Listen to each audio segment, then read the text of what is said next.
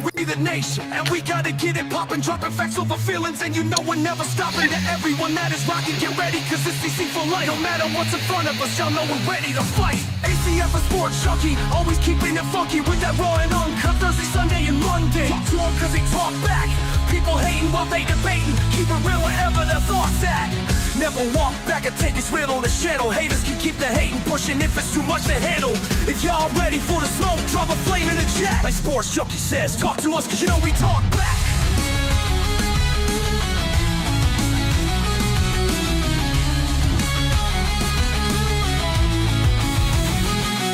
We the nation, and we gotta get it poppin', dropping facts over feelings, and you know we're never stopping. To everyone that is rocking, get ready, cause it's DC for life. No matter what's in front of us, y'all know we're ready to fight. ACF a sports junkie, always keeping it funky with that raw and uncut Thursday, Sunday, and Monday. Talk to them cause they talk back. People hating while they debating, keep it real wherever the thoughts at. Never walk back and take, it's real on this channel. Haters can keep the hating pushing, it's too much to handle. If y'all ready for the smoke, drop a flame in the chat. Like Sports Junkie says, talk to us cause you know we talk back.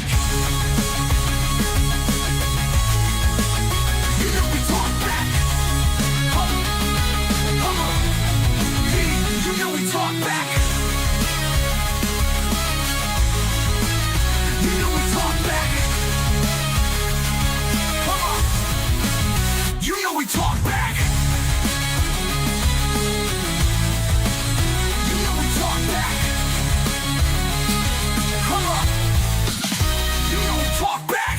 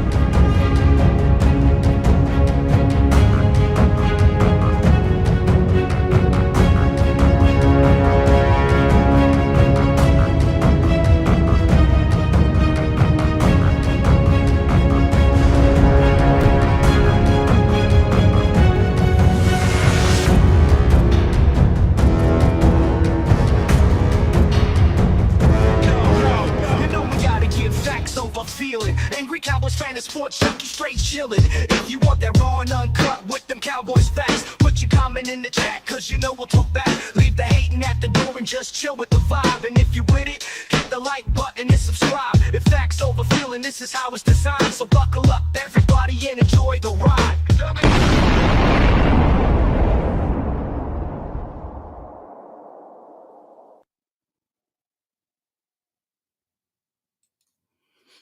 Yo, what's going on, everybody? How is everybody doing here in Cowboys Nation? What's going on with your Sports Junkie, man? Same old same, brother. What's up with you?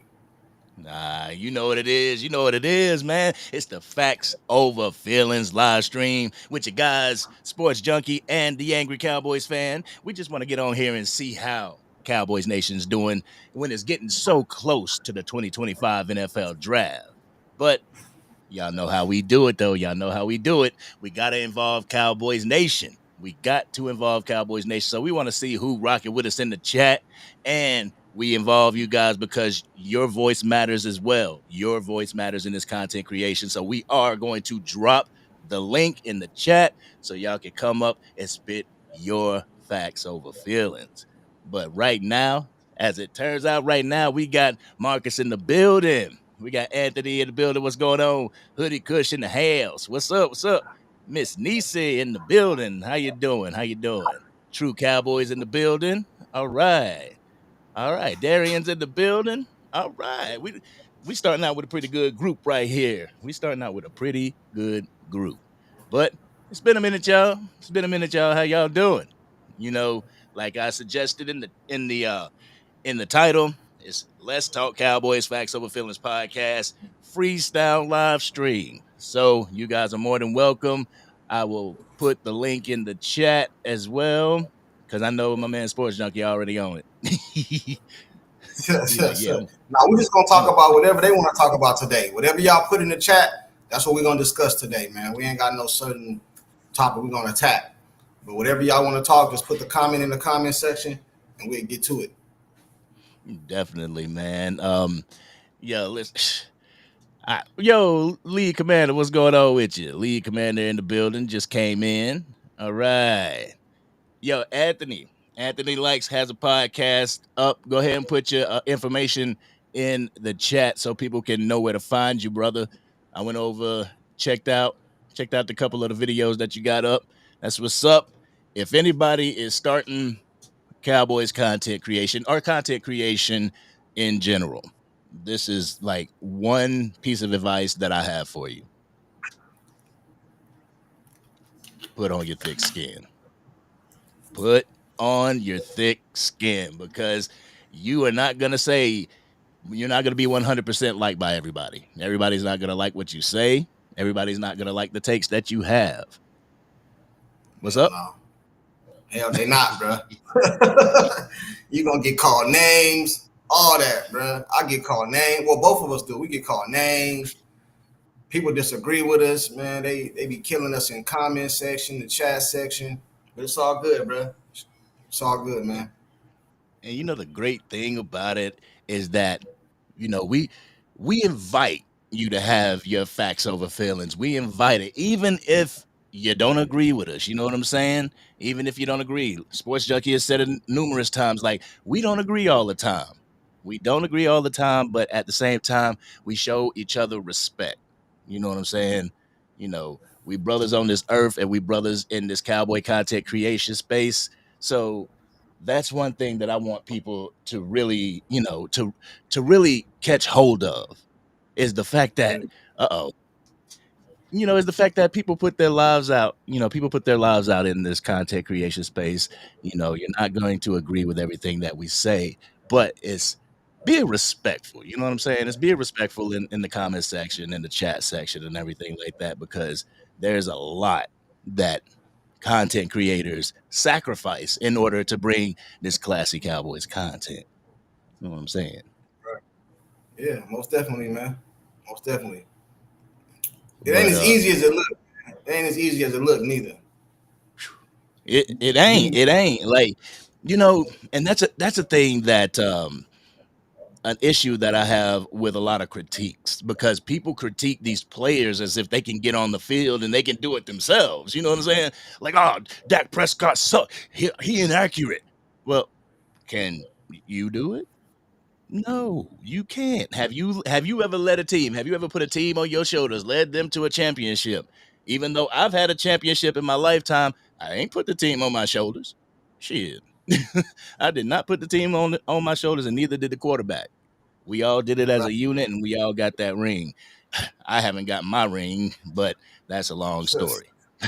We got a first question in the comment section by Lead Commander Angry. Oh, Lead Commander with the first question. Put it on the screen. All right, let's see. First question. You have a new head coach with no head coaching experience and an assembled new staff. What do you expect from them this year? Appreciate you, Lead Commander. What do I expect? I expect the growing pains. I expect the year one growing pains. I just want the Dallas Cowboys to go out there and try their damn best. You know what I'm saying? Whether it's the front office or whether it's down to the long snapper, just go out there and give it your all. You know, I'm not going to put any expectations, because you say, you know, what do I expect from them this year? I'm not really going to put the expectations on them this year, but just go out there and show me something that we could definitely build off of. I'm saying, I expect playoffs. Yeah, I said it. Y'all heard me say it before. I ain't backing off of that, man. You know what I'm saying? Just because you a first year head coach, you don't get no pass from me. That's no excuse. I ain't justifying it.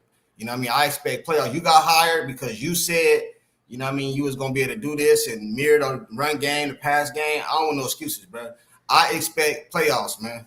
That's what I expect. You know what I mean? Now, a lot of people call me crazy. Oh, he crazy. He think about the playoffs and this. Nah, man, that's what my expectations.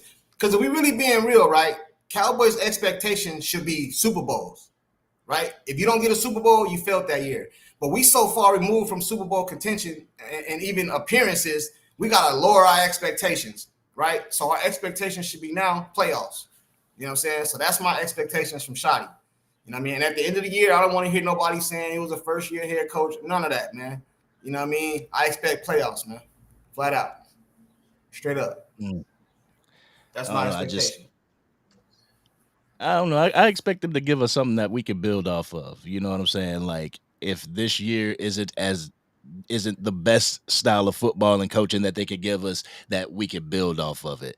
Like, it's just like the free agency process. You know, we go into free agency after having a good year, let's say like 2023 going into 2024, and Cowboys Nation, we expected the Dallas Cowboys to get better. We expected our Dallas Cowboys, all right, we fell short right here. This is where we need help. Let's fill these holes and keep going. But nah, they didn't do that. They didn't do that. I don't think I'm alone, though. Hey, chat, am I alone? Do anybody in the chat expect playoffs? Or is it just, am I alone in this? Because that's what I expect. I think a lot of people think we're not going to make the playoffs and we shouldn't be talking playoffs. But I expect the playoffs, man. You know what I mean? Because if you think about all the quarterbacks in the NFC, it ain't crazy. So why should I not expect playoffs? You know what I'm saying? What quarterbacks in the NFC other than Hurts, Jaden Daniels? Who else really in the NFC? Russell Wilson. Man, come on, bro. I mean, bro, like, bro, I don't know how much the Seattle Seahawks Super Bowl with Russell Wilson was more Pete Carroll or Russell Wilson cooking. The defense. The defense. Stop, man. You know what I'm saying? And he's one of the reasons they didn't win the last Super Bowl. A direct reason. You know what I mean? He threw that pick right there. The game was about to be over with. I'm not blaming. I'm not. He still got a ring though, right? You know what I'm saying? I'm just saying he's the direct reason they didn't win another one, right? You know what I'm saying? So again, my question is, how many quarterbacks in the NFC do you really fear like that? So why should I feel like we're not gonna make the playoffs? Like, come on, man. And Lee Commander, real quick. I mean, I'm not taking anything away from your quarterback or whatever like that. Jaden Daniels, he was a monster in year one, but it's this year that I got to see him in order to give him an assessment of, do the Dallas Cowboys have to worry about Jaden Daniels? You know, if he has a year two leap and he is that guy, yeah, he definitely put him on the worry list. But right. We include him right now because he did have a good year. So let's just include him on this topic right here, right? So we go Jalen Hurts, you got Daniels. Who else, bro? Like, what other quarterback in the NFC do you fear that the Dallas Cowboys should just cancel the playoffs? Who, man? Who? Baker Mayfield? Who, man? Who we talking about? Minnesota, I think they got the NFC. Minnesota got a new quarterback, right? Don't they got a rookie? Don't Minnesota got a rookie? They got J.J. McCarthy. He was a rookie last year, but he ended up getting injured for the season. Okay, so you got Jalen Hurts, Jaden Daniels, and that's it. So why should I not feel like they're not gonna make the playoffs? You know what I'm saying? So you got Carr. Well, he with the Saints, right? And Carr with the Saints. Yeah, Carr's with the Saints. All right. So who you fear? Like that's what I'm angry, bro. I know you said that we had this topic before, right? And you said your expectation is not playoffs. But when I break it down to you like that, bro, do it kind of help out a little bit? Like, for real though, bro, what if we was talking about the AFC, we could say Lamar Jackson, Patrick Mahomes, Josh Allen. You can use old boy from the Chargers. You can throw him in there. Bro, Joe Burrow. You know what I'm saying? Like, what quarterback in the NFC do you fear that the Cowboys should just not talk playoffs? Man, stop it, man. Stop it, man. Hey, chat, now that I just said that, I think we're going to the playoffs, man. We're going to the playoffs, man. And another thing, too, people keep talking about like these teams' records last year, but they still got to play on the field. You know what I'm saying? Now, our roster is not better than a lot of these teams, but the game still's got to be played on the field, man. And I feel like we're going to the playoffs. You know what I'm saying? What up, Force Calibration? You know what I'm saying? Yo, how long has Joe Burrow been in the league? Let me see.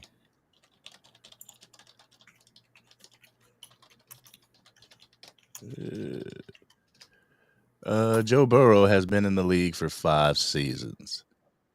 All right, 5 seasons, only two playoff appearances. One of those playoff appearances went on to go to a Super Bowl and eventually lost. Right. There was a good question that somebody asked, and Yeah. before I bring that question up, I'm gonna go ahead and bring Hoodie Kush in the building. What's going on with So, your Kush? Gentlemen, you see, gentlemen. you see that? What's You see going on that with you, bro? right there from Skull Cruncher? Skull Cruncher. He said the AFC is stacked, unlike the NFC, so it's not like impossible to sneak into the playoffs. That's exactly what I'm saying. I don't fear no quarterback in the NFC. You know what I'm saying? And I'm not even fearing Jalen Hurts, but Jalen Hurts has got, in my opinion, got a stacked team. So I'm gonna eliminate him. He's a good. He got a ring, so we're not gonna downplay Jalen Hurts. He got a ring, right? But what other quarterback, bro? So why should Cowboy fans not feel like we got a shot at the playoffs? Man, that's crazy to me. I don't know, man. That's crazy to me. You feel me? That's crazy to me. Hoodie, what you I got on understand. that, My expectations. I don't have any expectations. I'm just here to wait Bro, and see. No, I get that part, but I'm just saying, like, what quarterbacks should we be worried about in the NFC? I mean, it's not honestly at this point, at this juncture, it's not about quarterbacks. It's about what pieces they have around them. You know what I'm saying? No, That's I what it comes understand down to. You know, No, I understand that. Like so you poo-pooed on Russell Wilson. We know Russell Wilson has been on. You kind of did, but we understand that Russell Wilson, in your eyes, is on a downslide. Russell Wilson hasn't had a good team since he left Seattle. Let's be honest, he hasn't. He hasn't had a good team since he left Seattle. He's got a bona fide number one receiver over there in New York. I'm not saying that they're going to usurp the Cowboys for the third best team. I'm not saying that the Washington Commanders are going to hold serve to what they did last season. I'm not even going to say that the Eagles are going to hold serve and do exactly what they did, because they lost a lot of pieces on their defense. That same defense that won them a Super Bowl. You know what I'm saying? No.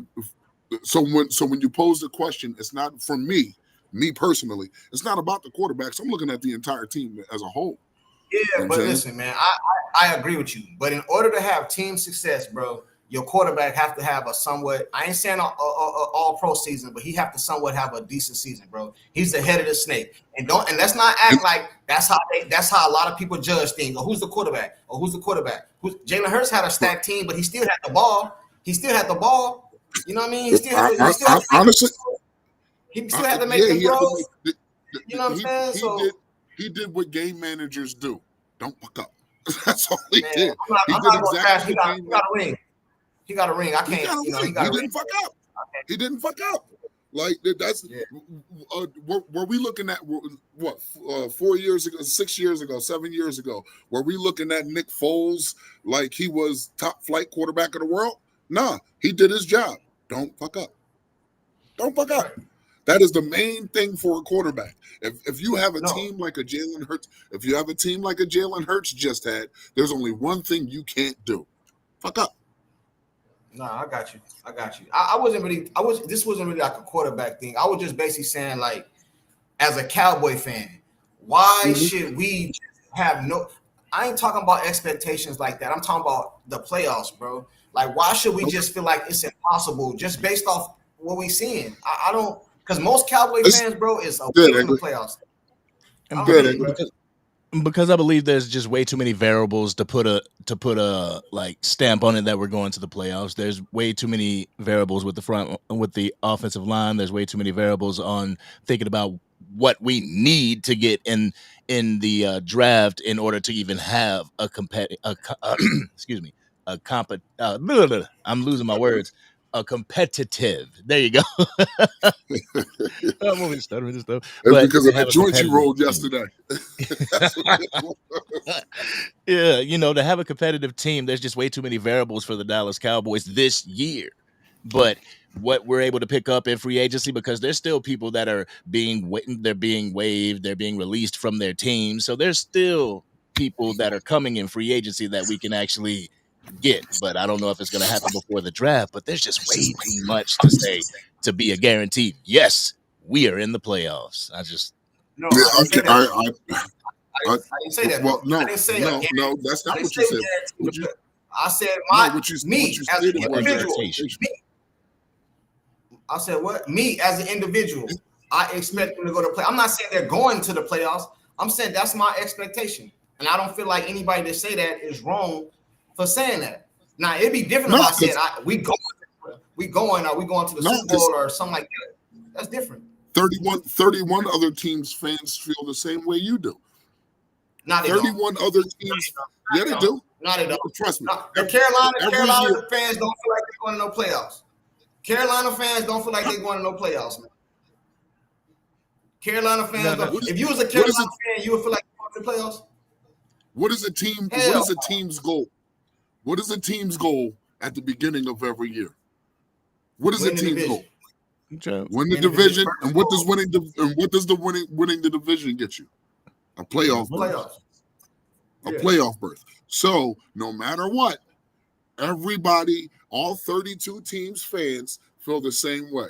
Just like we hype up our players if we get them, they're hyping up their players. You know what I'm saying? Oh, well, we got him, and he's going to be a beast. Right. Mind you, he get out there on the field. He's an alpha, but he's got a bigger alpha across the field from him. You know what I'm saying? So I'm not poo-pooing. Y'all ain't hearing what I'm saying, man. I'm hearing exactly what you're saying. Y'all switching it, man. You know what I mean? No, I'm saying that. No, you said you as Junkie. You have an expectation. This is your personal expectation, not the coach's expectation, not my expectation, yours. And all I'm saying is, just like you, there's probably one super fan out there for another team who feels the same way. Well, I expect the playoffs. Nah, man. Do you think when Jerry hired Shoddy that he told Jerry we ain't making the playoffs this year? Hell no. So his expectations is the same, bro. And every Cowboy fan should at least have. Everybody's expectations. Every head coach's expectations are the same. To get to the playoffs, to go for a run. That's everybody's expectation. That's everybody's expectation every year. No, that's not the way y'all talk. Because like with the Carolina Panthers example that you gave, like my man John, shout out to One Carolina, he with a few moves, he has an expectation of the playoffs. So it's like every team does have that expectation, but once they get to week 1, week 2, and they getting punched in the mouth, like, oh, we got to go back to the drawing board. Everybody got a plan until you get punched in the mouth. Yeah, well, that's what I can say though. I can go. The season ain't started, so I can say before the season start, we still got the draft. We still can make other moves. My expectations is playoffs. Now, when the season start, they lose 2-3 games. Now I can say, oh no, we ain't going. But as of right now, before the season start, my expectations is playoff. Hey, what up, Andy? What up, Andy? That's all I'm saying, bro. Like, ain't nobody trying to switch. Y'all be trying to make it sound like I'm crazy for saying that. Hell no, I ain't crazy. No one's trying to flip and switch what you're saying. I hear exactly what you're saying. This is what you're hearing. That's what you're hearing. That's what you're hearing. That great stuff on your chin got you hearing something that you're not supposed to be hearing.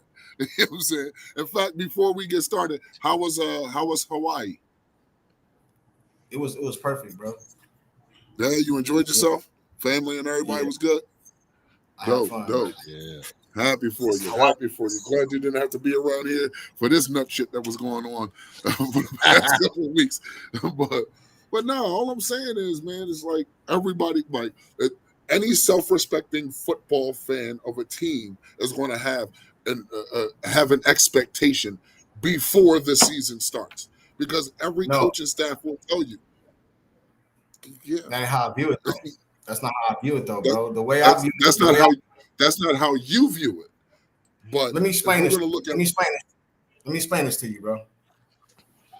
The Dallas Cowboys, bro, and certain other organizations' expectations is championships. But we so far removed from that, we got to lower our expectation. The Lakers, the Yankees, like the Cowboys, certain teams if Super Bowl or fail, bro. I know every team want to go to Super Bowl or fail, but certain organizations are held to a higher standard, bro. But in the Dallas Cowboys, it's Super Bowl or fail, right? But since we haven't been to the Super Bowl in so long, not even an NFC Championship game, I have lowered my expectations to playoffs, bro. Okay. You know what I'm saying? That's what I'm trying to tell you. And all I'm saying is those teams that ain't done God knows how long have the same expectations you do. We want to go to the playoffs because in order they're delusional. Come on, bro. Stop. You can't sit here and say that they're delusional. That's crazy. They delusional, bro. They delusional. Wow. So the Niners should be delusional. The Niners are delusional. No, because they've been there multiple times in the past couple years, bro. So no, I'm talking about teams that ain't been even to the playoffs. But they lost everything. They lost practically everything, though. Yeah, but I trust their organization. They literally have almost nothing. But I trust their organization. They literally have the same roster we have. No, they literally have the same type of roster we have. A couple of good pieces on defense, a couple of good pieces on offense. Why we acting like coaching and organization don't matter? They still got a good head coach, bro, and they still got a good organization. Two things that the Cowboys they have better than the Cowboys just with that alone. We haven't seen Shoddy, so we can't judge him. Okay, we haven't seen Shoddy.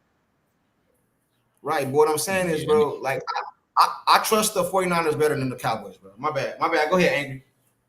Yeah, and I mean, the 49ers, they've kind of proven it just for the simple fact of what they did in order to get Trey Lance and put themselves in the hole, but still in all, let go of Trey Lance, get it back going, and making it to a championship. So you right about that, Sports Junkie. I definitely trust the front office of the 49ers more than I do. When it comes to the front office, yeah. I mean, because it all works in tandem, correct? So I feel you. And the coach. I feel you. Yeah, LB, I believe the same thing. Way too many variables as of late. Way too many variables. Darian, JB, and M Breezy be making some dumb takes about Milton being the savior for Dallas. Think he can come and make an easy playoff run. See, I don't call JB the Cowboys fan or M Breezy's takes dumb. That's their takes. That's how they feel, and I'm gonna respect the way that they feel about the Dallas Cowboys. You know what I'm saying? Do I agree? I don't. I don't agree with them most of the times, but at the same time, we know what it takes to do this content creation stuff, and it takes even more to go against the grain. So I respect what they do. You know what I'm saying? But do you guys think we'll be better? Do you guys think we'll be better than a 7-win team this season? You can't ask me that, bro, because I just told you we make the playoffs. No, I do. No. You said you expect the playoffs. You also said that you're not going to say that we're definitely going to make the playoffs. That's what you said. Well, so I'm asking the question. Do you think that I understand what your expectation is? All I'm saying is, do you think that we have the opportunity to be a better team than a 7-win team? Yes. I mean, we could go 8-9. We could go 9-8. We can go 10-7. You know what I'm saying? That would be better than the 7-win team. No, I expect us to win more than 7 games, bro. I actually got bets out right now that we can make the playoffs. But just for this live, I'm saying the expectations. But I've also got bets that we do make the playoffs, bro.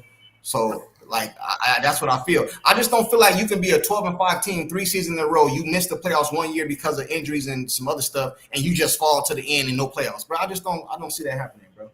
You know what I'm saying? But as far as that comment that was about Milton, I think it was about Milton. A lot of people just want something other than the quarterback we have, bro. So if he ball out in the preseason, you know what this talk gonna be. You know what I mean? So. You know what I mean? But here's the thing. Here's a variable that people are forgetting now. Here's the variable that people are forgetting. He has to beat out Will Greer first. Yeah. He's got to beat out Will Greer first. He's got to. I mean, because Will Grier has some experience. He has what, like 3-4 years experience at this point. Yeah, and he has You know experience with the Cowboys too. So. Exactly. So I mean, you got to be able to beat out Will Grier. If you can do that, then you can go ahead and attempt to beat out Dak Prescott. But I'm going to be honest with you, I don't think it's going to happen.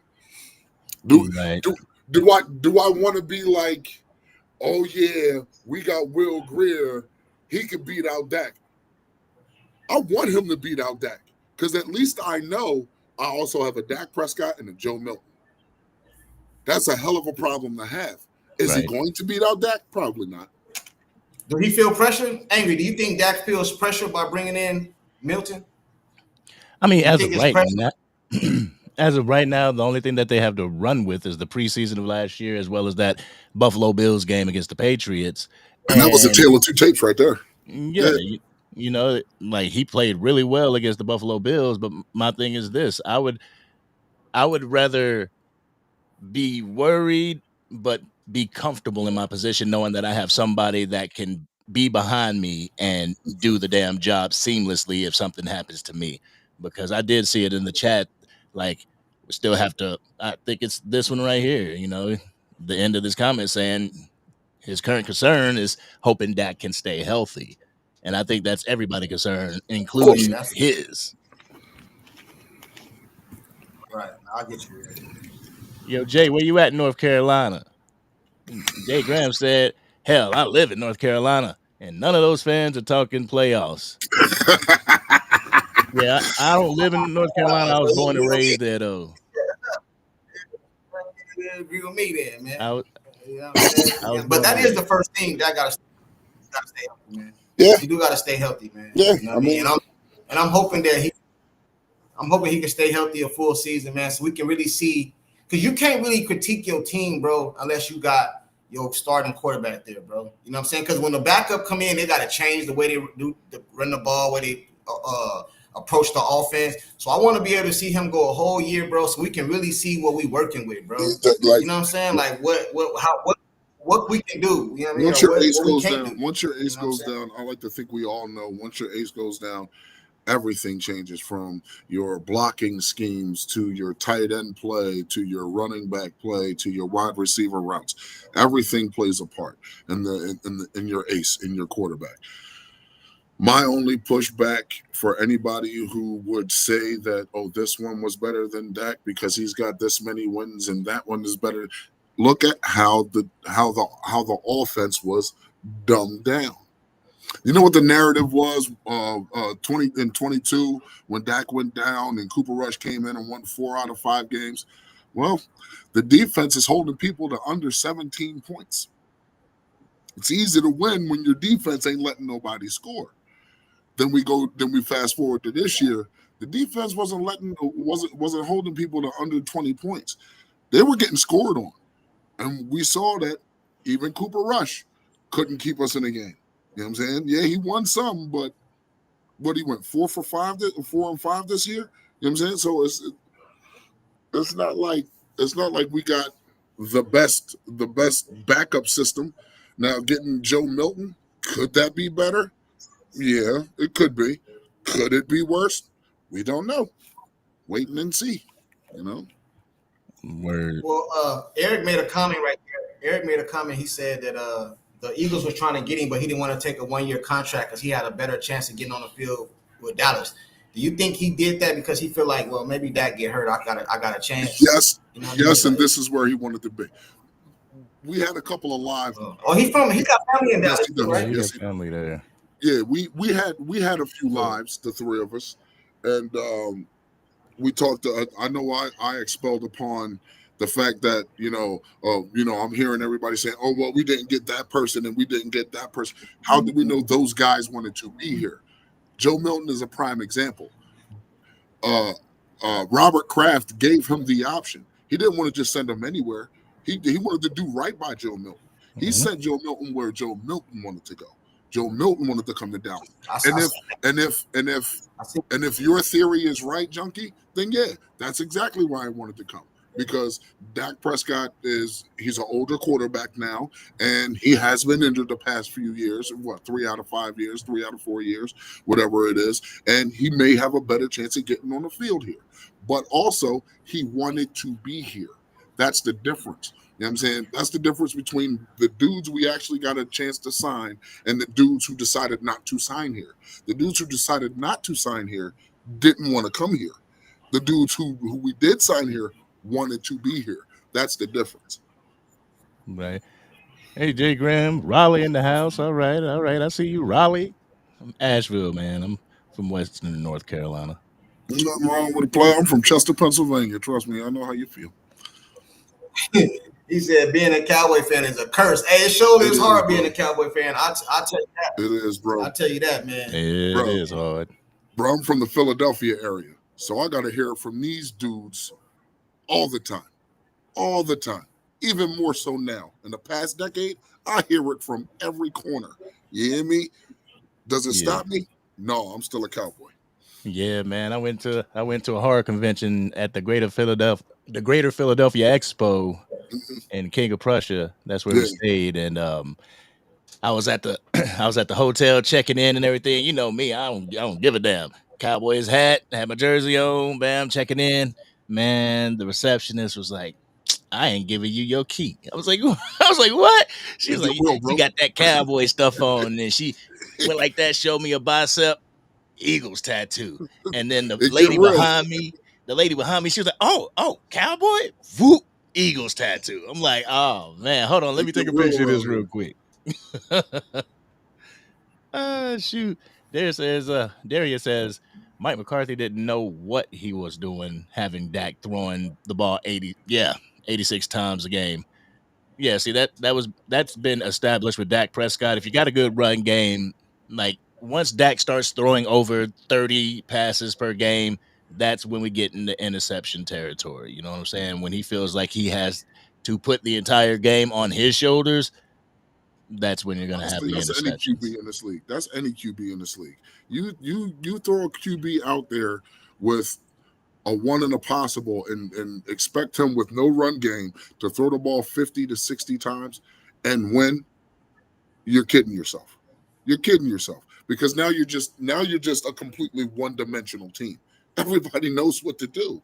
Like everybody knows exactly what to do.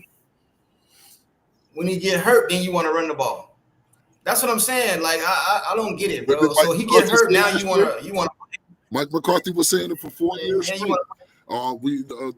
They got rid of Kellen Moore. Talking about, I just wish you would run the damn ball and run the ball and run the ball. Well, we got to get some guys in here so we can run the ball. And what did he do in the first 8 games of last season? Not run the damn ball. That's for sure. Yeah. We're going to have a running back by committee. Why? What for? It is clear that Rico Dowdle was the dude who needed to get those touches, not Zeke, not Cook, not Deuce Vaughn, not Rico. Rico proved it. Like a lot of people, I hear now a lot of people saying, "Oh well, they had a young offensive line." Well, Rico Dowdle still got 1,000 yards behind that young offensive line. Yeah, I said that. I said that. Hey, shout out to D'Angelo Brown for the super chat, man. Yes, shout out to D'Angelo Brown. Suave said, Suave made a good comment right there. He said, Suave D. He said, I've lost it. No, I see. It's hard because the front office doesn't operate with enough urgency, and there are no consequences for them if their plans fail miserably because Jerry Jones is his GM. He's the owner. He's the owner, the GM, the coach, all that, bro. I ain't gonna give him the coach, but he's all definitely that. The GM. He's the GM. He's the all that. He's man. the check writer. He's all that dude. You know what I'm saying? Like all that, man. And the reason I say coach is because I think Jerry was responsible for Zeke playing that day. Yes. I think Jerry was responsible for Rico all of a sudden being sick. Ain't that a coaching decision? So, like I said, he the coach too, man. Yeah. He the coach too. Yeah, real quick. I'll just show y'all real quick what I was talking about. Bam. Yeah, that's disgusting. Yeah, shout out to the two ladies down at King of Prussia, the, yo. The chick on the left, her line work shoddy. You know what I'm saying? Like, her line work is trash. Yeah, man. Who is the Dumont family? Huh? Who's the Dumont family? The Dumont family? I don't know who that is. Yeah, I think they mean Jerry DuPont. Jones. The DuPont family. Who is that? DuPont. You never heard of DuPont? I don't know. You never heard of DuPont? No. They got into a lot of 10, 15, maybe 20 years ago. The DuPont family was dirty. What they do? They was dirty. It was just dirty. Yeah. That was a dirty family, man. They did a lot of shady shit. Who's the Dallas? Who is it? Yeah, Dallas? DuPont Stainmaster Carpets. I only know about. That's who it is. I don't know. Yeah, that's DuPont. Yeah, it was a whole family of them. They was dirty, dog. They was dirty. Like they were the worst family, the worst. Like you think Johnson & Johnson is bad? Nah, DuPont got them beat. You think Jerry bad? DuPont got them beat, bro. No. I think Jerry the worst, bro. Eric says, hey, if he gets the opportunity to play, bye-bye to Dak Prescott in Dallas. Who is that, Milton? Nah, yeah, Milton the third. Yeah. See. All right, y'all said the same thing about the bull Trey Lance. And y'all said the same thing about Cooper Rush. And they said the same thing about this one and that Ben DiNucci. I remember when Ben DiNucci was here. The Cowboys might have one with Ben. All he did was play a half of an Eagles game, and you never saw him again. Ben DiNucci, come on, guys, let's stop. I mean, my thing is like, just because we get a backup quarterback, I'm excited for the simple fact that, okay, we have potential, whether it's potential on backing Dak Prescott up. If we see great potential in the preseason, then we may have somebody that can potentially take Dak Prescott's job. But we were talking about the Jones family. Y'all know damn well they are not going to pay this man $60 million to sit and hold a clipboard. If they brought back Zeke and cooked up a this guy is sick story just to get Zeke on the field, what makes you think they're going to sit Dak Prescott? They're not doing that. Come on. My thing with the backup quarterback for the Dallas Cowboys, bro. I don't want to drop off too far. Like if Dak was to go down, bro, I don't want the season to be just over with. Remember how the Romo seasons was? Remember how we were Cowboys, man? When Romo go, it's over, bro. It's done. I just don't want that, bro. You might be not as talented, or the offense changed a little bit, but I don't want it to like go all the way off. That's why I always say weapons, bro. So you don't want to bring in a quarterback that's not a starter and he only got CeeDee Lamb.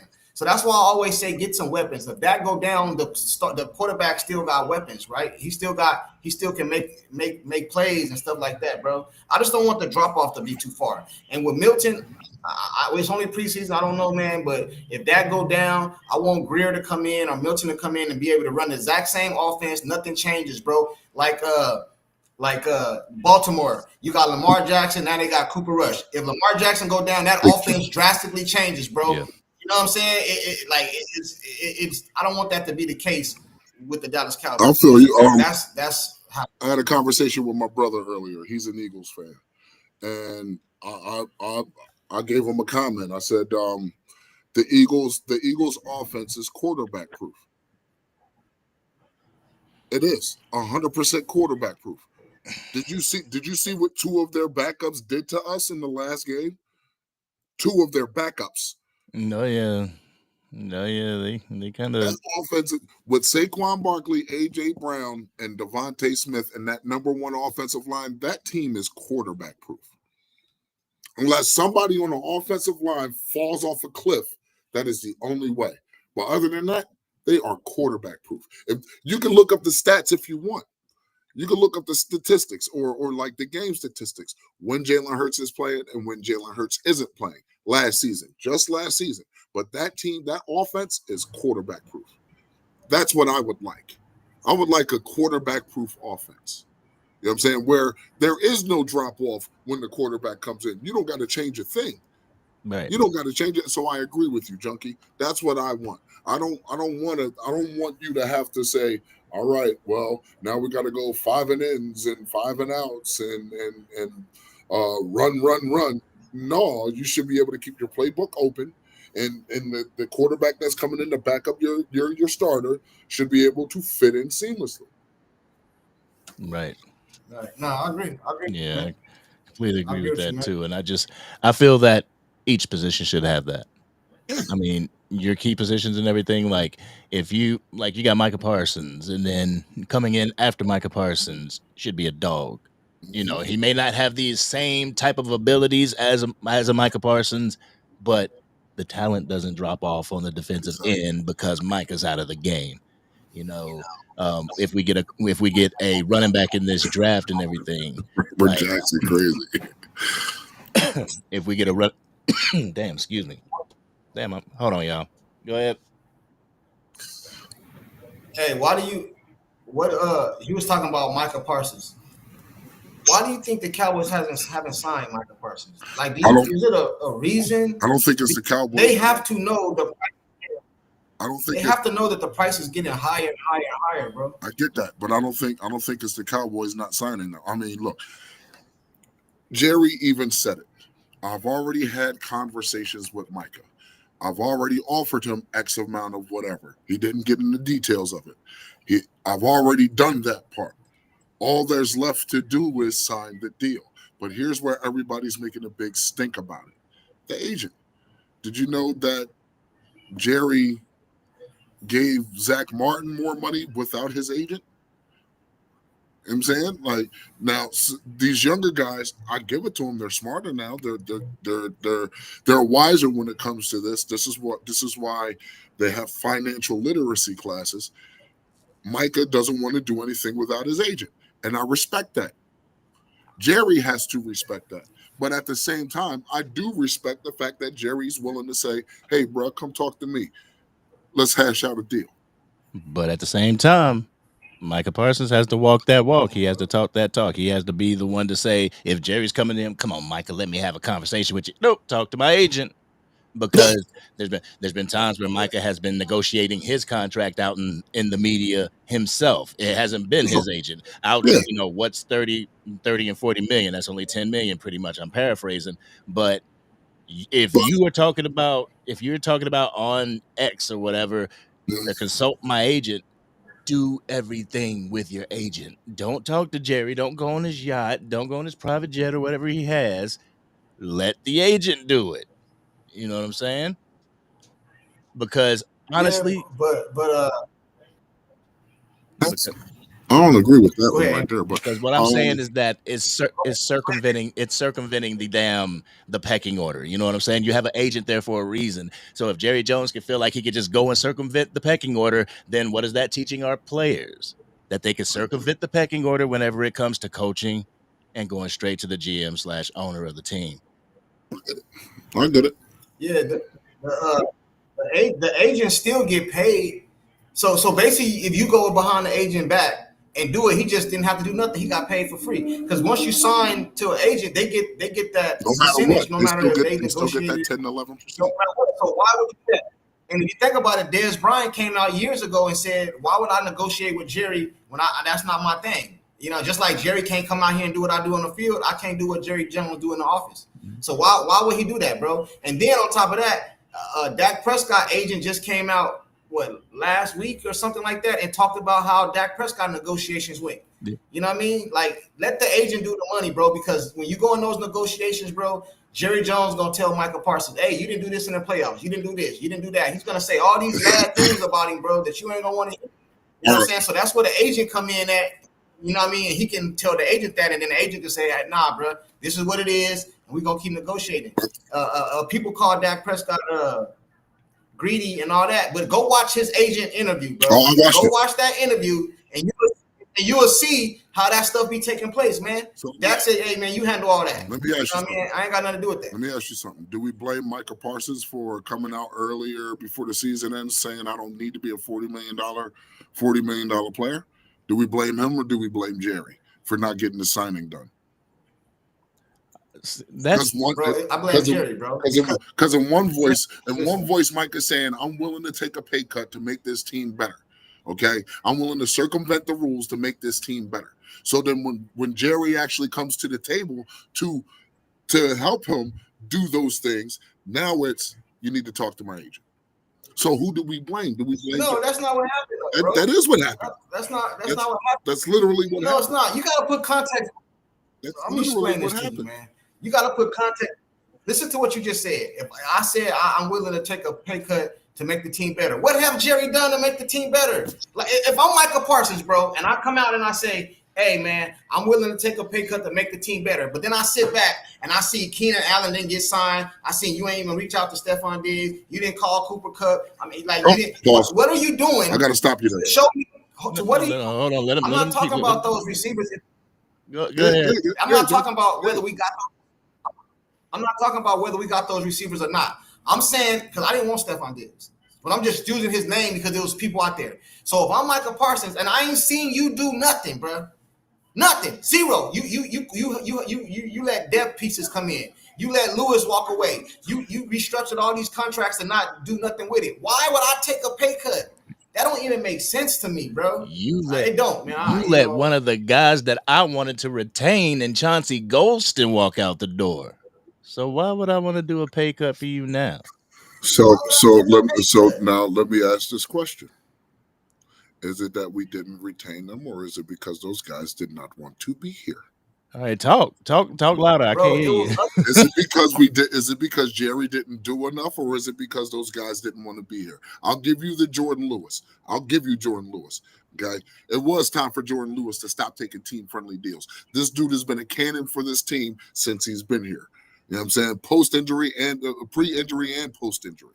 You know what I'm saying? He's been a mainstay. So I agree with that. I'm looking at Chauncey Golston just like no, I'm not even going to say that. I was going to say I'm looking at Chauncey Golston like I looked at Dorrance Armstrong. But Dorrance Armstrong was more productive than Chauncey Golston while he was here. So I'm not even going to do that. I look at Chauncey Golston like an ancillary piece that he actually was. If dudes didn't get hurt, if dudes didn't get hurt, we wouldn't have saw Chauncey Golston. Let's be honest. Honest. We wouldn't have saw Chauncey Golston. If you're Micah Parsons, bro, what Jerry has done so far, you like that? Stop being hoodie. Stop being hoodie. You're Micah Parsons, bro, and you're willing to take that pay cut. Could have meant I sign now and won't wait till next year and get more money. That pay cut meant how if I'm Micah Parsons, bro, Jerry has done nothing for me to take a pay cut, bro. You ain't go get Amari. It's all kind of people out here you could at least called or something. You have done nothing, bro. And then Jerry comes out and says, "Oh, I don't think we need to do nothing in free agency. We don't got no boxes, bro. Why would I take a pay cut? That don't even make sense. That's not logical." Before we get into this, let me get this. One more thing. Good. Go, you had one more thing, then I'll get into the super chat. All right. One more thing. I can't one say. More thing, Kush, hold on. Go ahead. I can't say. Go ahead. I can't say Jerry did nothing. I can't say Jerry didn't call nobody because Jerry wanted Cooper Kupp. Jerry wanted and went out and tried to get Dre Greenlaw. Yeah, dude. Jerry went out and tried to get Dre Greenlaw. Dre Greenlaw did not. Nah, man. Go ahead, Angry. Nah, bro. All righty, got a $5 super chat for Force Calibration, bro. Appreciate your support and being DC for life. Says appreciate y'all, but every time Dak got hurt or a below average season, my guy bounces back. Absolutely right. Bounces back. When he was trying to attach his ankle back to his leg, that following year came back and balled. Hurt his thumb, even though he had a high interception rate, came out, did his thing, made it to the playoffs. So yeah, I have that thought as well. Force Calibration. I'm just, I got my fingers crossed that he'll come back, drop 30 something pounds, come back and be a monster that he is. Y'all got anything on this? You know what I'm saying? Another thing too. That's 100% fact. I mean, like, the ankle injury came back and balled out. The thumb injury came back and then retired the GOAT. Let's see, the calf injury, same year, retired the GOAT. Now this hamstring. Pardon me. We shall see. I mean, so I agree. He's always bounced back. I don't have any reason to think he can't do it again. Yeah, nah, man. I got nothing to say to it. You guys hit it on there, bro. Like, he always ball out, man. But he a year older and another injury, so we got to see. You know what I mean? But if we just going off the past, he always come out and ball out, bro. You know what I'm saying? Always, man. Salute to you, force calibration. You know what I'm saying? But like I was saying, man, like, first of all, bro, this is how it operates, bro. The salary cap go up every single year, man. So when you go to negotiate with Micah, this is the starting point, bro. We start at Myles Garrett. That's where we start. You know what I mean? That's the starting point, bro. Now we're gonna go to years and guarantees. But the starting point is 40, bro. That's just how it go, man. If people don't like it, it's just what it is, man. I don't know why we gotta, not us, but people got to keep talking about the money and stuff like that. This is how the NFL work, bro. This is how pro teams work. If an elite talent get money, I don't care if it's $1 more, bro. That's where it starts. So if Myles Garrett got 40, when you go to talk to Micah Parsons, that's where it started at. Don't come over here talking about 35 and 30, bro. That's just not how it works, man. All right. It's maybe it should be that way, but that's how it is, man. Hey, shout out to I think Swab for the super chat, man. Thanks. All right. He said they want the players to help them by accepting less money, but they refuse to help the players by being active in free agency. How is this fair? Then that's exactly what I'm saying, that's bro. You know what I mean? The reason, and then this is what people like to say. This because I know how this goes, bro. So then people say, well, Tom Brady took a team-friendly deal. Bro, Tom Brady had faith that his organization was going to do what they had to do to win Super Bowls. And he had Bill Parcells as I think he was the GM and the coach. And the owner wasn't in the way. So, of course, if you Tom Brady, you would take a pay cut. Ain't nobody taking no pay cut for Dallas. Tom Brady. What happened? Why did Tom Brady leave the New England Patriots and go to the Tampa Bay Bucks? It's because he was taking team-friendly discounts and they weren't doing anything for him. They weren't getting him any talent. I get it. That's why he went to Tampa Bay. I get it. So you could take team-friendly discounts. Huh? And they wanted him up out of there. And Bill Belichick wanted Tom Brady gone. Remember, the owner vetoed it the first year. You know what I mean? The owner stepped in and said no. You know what I mean? And then he went right over there to a team that was already built and went right to the Super Bowl, bro. You know what I mean? Come on, man. Like, why would I take a pay cut? I don't understand it, bro. I'm not asking the boys. I'm on the player side. I'm not asking them to take it. I'm on the player side. Take a pay cut. But I'm not asking him to take a pay cut. But I keep hearing everybody saying, well, Micah's got to stay true to his word. But if he doesn't stay true to his word, then he's greedy. So it's like, what is it that we want? You know what I'm saying? Now, let's be honest. Let's be honest. Let's be 100% honest. Keenan Allen said he only wants to play for two teams, the Chargers and the Bears. Do you think he wants to come here? I don't care how much money we throw at him. Do you think he wants to come here? Man, that's what it comes. That's not true. Myles Garrett comes down to. Man, no, it ain't. Man, Myles Garrett just said he want to leave, and they threw him some money. And he stayed. I don't be believing nothing these players be saying, man. That's Myles Garrett. Bro, that's Myles Garrett who just got. Bro, but you're using an example as a player, bro. You're using an example as a player. You know what I'm saying? Kobe Bryant said he wanted to leave. Where did he stay? Where does Kobe Bryant stay? For the Lakers. These players be just talking in the media, bro. They negotiate in the media, man. That's what they be doing. I ain't saying all of them, but a lot of these players do not meaning what they say, bro. Bro, they don't. Bro, so we shouldn't take Micah Parsons serious when he said he's willing to take less. What'd you say, Andrew? I said the players, they're getting wise. They're getting wise to this. They're like, if the front office and the GMs are going to use the media in order to negotiate these contracts, I'm going to do the same. I mean, I don't blame him. I'm not sitting here advocating for Jerry Jones and the front office. I'm not sitting here doing that. I want what's best for the team. If paying Micah Parsons $200 million a year for 4 or 5 years, 5 or 6 years, it gets this team better, pay him. I don't care what it costs. Pay him. You know what I'm saying? If getting a top flight number 2 receiver from another team like a Tyreek Hill or somebody like that is going to make this team better, I'm all for it. I'm not advocating for the Joneses. All I'm saying is we have to give these guys a little bit more credit than what we're giving them. Now these teams, the guys that we grabbed. Who is these boys? Who are you referring to? The Cowboys. Like the organization? Yes, the organization. You got to give them just a little bit more credit than what we've been giving them. Because if you look at it, bro, we're bringing in talent. Maybe it's not the talent that we want, but it's the talent that our coaches probably could work with better than where they were. Sometimes, again, I don't know how many times I can stress this. Who was Zach Bond before he went to the Eagles and became an All-Pro? He was a special teamer for the Saints. Sometimes people see things differently for other players. Yeah, sometimes a change of scenery. Scenery is all you need. You said we got Miles Sanders. Miles Sanders probably ain't going to be all that good. He wasn't all that good. Okay. He wasn't all that good in Carolina. I'm glad you said that. So we got him, but you want Micah Parsons to take a pay cut because that's what you see them doing. Hell no, bro. Hell no. If I'm gonna be sorry, I'm gonna be sorry and paid. I didn't say I wanted to. Listen, Myles Garrett went back over there and signed with Cleveland, knowing they're gonna be sorry. They paid the man, bro. Free agency, you have to overpay sometimes. I never said I wanted Micah to take a pay cut. What my point was, at one point we're gonna hold Micah's feet to the fire when he says, "I don't need to be a $40 million dude."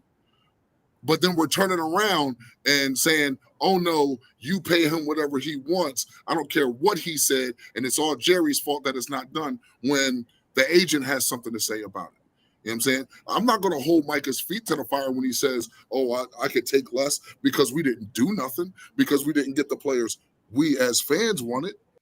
We don't know what these guys are going to look like this year. We don't. We don't know what these guys are going to look like this year. What do you think Jerry's motives was to go to the agent to Micah without the agent? What was his motives? To sign him. That was his motives. To sign him to whatever. He's holding Micah's feet. He's holding Micah's feet to the fire. He is holding Micah's feet to the fire. I'm not. He did it to try to Jerry Jones. Jerry Jones is holding Micah's feet to the fire by going directly to him. Bro, he did it to get a cheaper price. You know what I'm saying? And see, let me tell you something too, man. He's holding Micah's feet to the fire.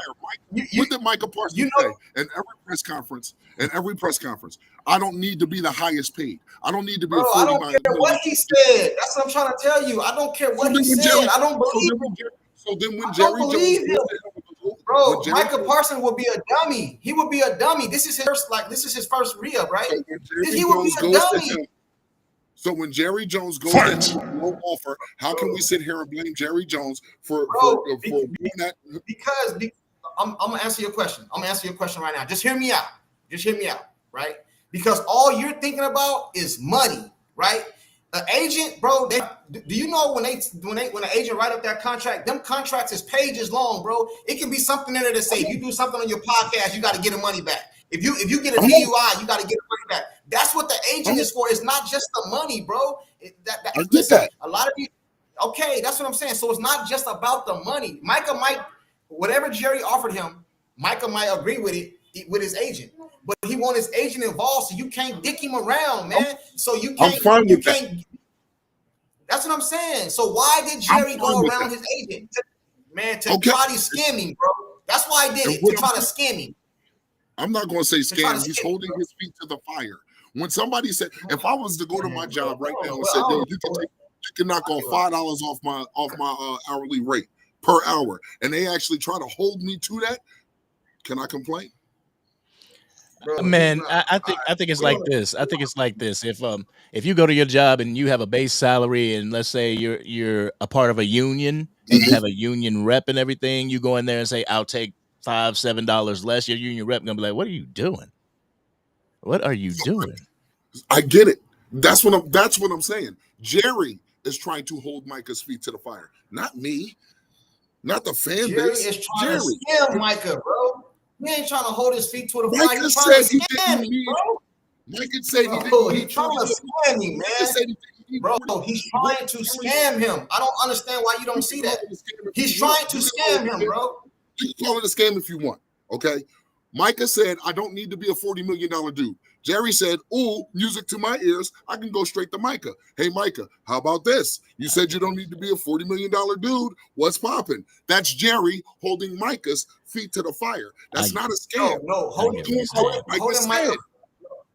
holding Micah's feet to the fire will be Jerry going to Micah's agent and say, look at this video. Your client said he'd take $40 million. That's him holding his 2 feet to the fire. Jerry going behind Jerry going behind the agent's back is trying to get him for a cheaper deal. No matter how you see it, bro. It's kind of common sense. It's common sense, man. I kind of get what you mean. Micah Parsons shouldn't have opened that door. He opened the door for negotiations behind his agent's back by saying what he said, by being buddy and chummy. And I believe that when you are drafted to this team, don't go under the wing, because once you go under the wing of Jerry Jones, he's going to expect stuff from you.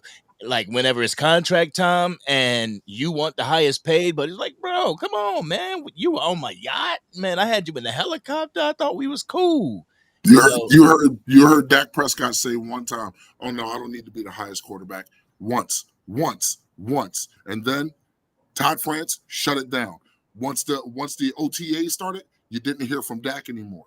Now then it went from, oh, I don't need to be the highest paid. Oh no, I need to worry about my brothers in arms. That's what he was saying. So then when he got that 60 sets up the next quarterback or the next contract.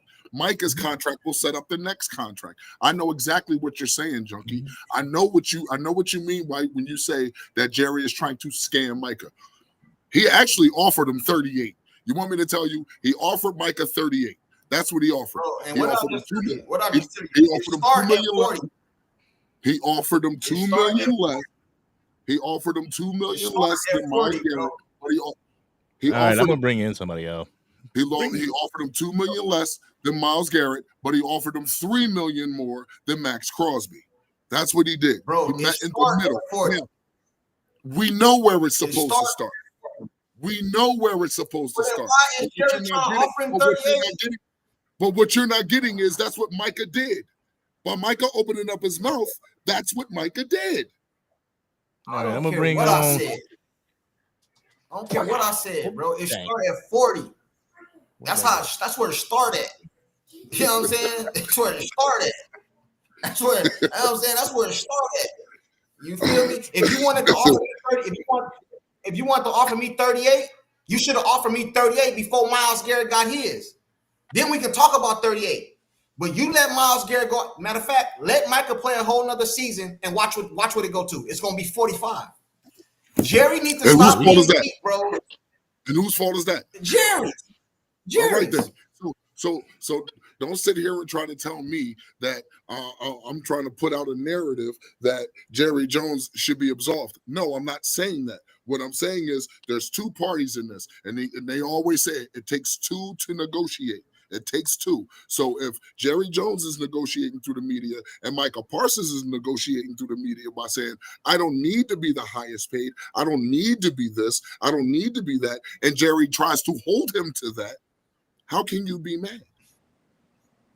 All right. How can you be mad? I don't agree with you, bro. I don't believe Jerry tried to hold Micah feet to nothing, bro. If you was trying to hold Micah feet to the fire, you could have still went to his agent and said, hey, your client said this is what he'd get. And then the reports would have came out, then I would agree with you. Anytime, that's like you get arrested, bro. You don't go talk to nobody without a lawyer, bro, because there's certain terminologies you don't understand. It's certain terminologies Micah don't understand. All Micah understand is money. He don't understand the clauses and all this other stuff, bro. Jerry went behind Micah Parsons, his agent, back to get a cheaper deal and to swindle him. I'm not talking about swindle him like a scam, like to hurt him. That's literally what you're saying.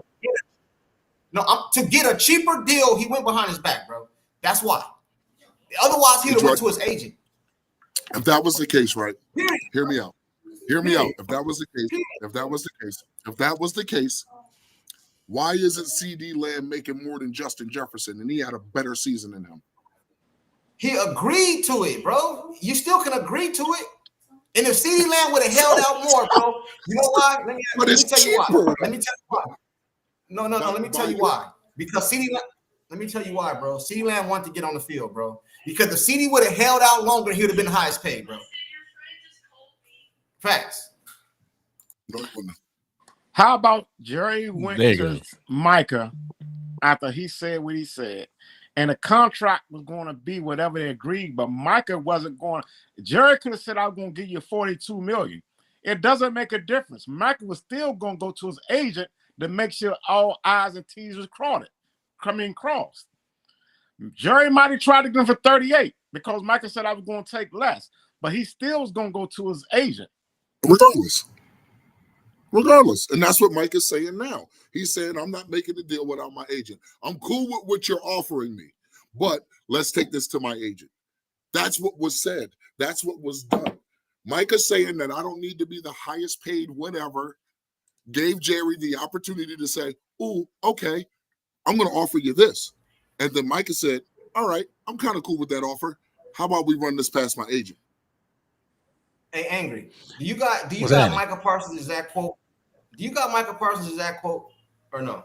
No, I got exact quote to what? Exactly to the Jerry going behind his agent. Listen to how Micah structured his quote, bro. Look, like it'll tell you everything. I know what Micah said. Well, no, I want to get his exact. I don't want to butcher what he said, bro. You know what I'm saying? I want to put context behind what he said, bro, because I don't understand how not you, but how people don't understand. You know what I mean? That Jerry did that to try to get Micah for a cheaper price, bro. Like that's why you have an agent trying to get him for a cheaper price. That's Jerry. That's what he's supposed to do. That's what I'm saying. That's what I'm saying. But Kush is saying is Jerry holding his feet to the fire. Every player on the team for a cheaper price. Exactly. You know the funny thing is that both of y'all could be right. Both of y'all can be right that Jerry wanted to hold his feet to the fire, but Jerry wanted to sign him to a cheaper deal. Like both of y'all can be right in this whole thing, but Micah Parsons said facts. Go ahead. Go ahead, bro. Read it. He said his tweet was, "Well, you know what? This is how we do it." Here we go. Why am I reading it when y'all can see it? It says facts right here. But it's the best. David is the best and will not be doing any deals without David what is his name? David Mulugeta involved. Like anyone with good sense, I hire experts for a reason. There is no one I trust more when it comes to negotiating contracts than David. There will be no back doors in this contract negotiation. But the thing is, Micah, you can't sit here, open the screen door and be like, "Hey, what's going on? Hey, I'm ready for the contract." And then when he gets to the door, you're like, "Nope, you got to talk to my agent." Okay, break it down. Hold on. Why I can't do that? If I'm Micah Parsons, why I can't do that? You did it. You said we was going all in. You didn't do nothing. So why I can't do that? Break it down in simple, everybody, everyday language. Just say if you was going to go buy a used car, you might go make a deal for the used car and say I'm gonna pay this, but then you're like, but I'm not going to buy this car until my mechanic checks it out. You already agreed on the price, but you're not going to buy that car until your mechanic come check it out. That's the same thing. When I play GTA, I say, "Yo, fellas, my budget is $1 million on a car. My budget is $1 million. I'll go buy 5 cars because my budget's $1 million." You know what I'm saying? That's my budget. You know what I'm saying? Like, that's what it comes down. You can't sit here and say, "Hey, I am willing to take less. I am willing to take less." Bro, I can say whatever the hell I want to say. Because that's what he said. Bro, I can say whatever I want to say. Don't mean. Listen, bro. So you can't get mad? I'm not mad, but bro. Just because I say I'm willing to check people, Jerry came out and said he don't even know Michael agent name. Bro, stop it, bro. The dude tried to swindle him. It's just that simple, bro. Everybody knows, and he tried to swindle him, bro. And I don't care what nobody say. You never going to me to convince me, bro. If Micah come out and say I take the cheaper price, hold on. if Micah comes say I'll take a cheaper price, he can go he still can go to his agent. Why did you try to go behind the man back? It's because you're trying to swindle him. It's just that simple, bro. It's just that simple.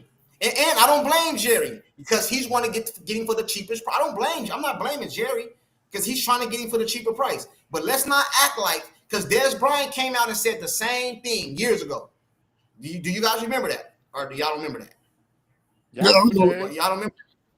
Okay, so Jerry Jones tried to go out there and go behind Micah back, bro, to get a cheaper price, bro. That's just the way it is, bro. And he was fighting on up. So listen, you can't be mad at Jerry for giving you what you want. I can say, bro, let me tell you something, bro. It's been people that said stuff in the media. It's been people in other sports and all that, bro, that done committed to other teams verbally and then signed to another team. So what I say in the media don't mean nothing unless I'm in the room with my contract, bro. I can say whatever I want to say in front of any camera. Stephen A. Smith do it all the time. You think he mean all that stuff he say? No, he said it in front of the camera, bro. Jerry stay in front of the camera all the time. Zeke who? I ain't paying Zeke. Zeke all in Cabo. What happened? He paid the man. All in. I'm gonna go all in. All this other stuff. What happened? He didn't do nothing. So don't tell me what I can and can't say in the media, bro. I can say whatever I want to say. But when it come down to signing them papers, bro, that's what matter, bro. That's what matter. I can say whatever I want to say on front of a camera, bro.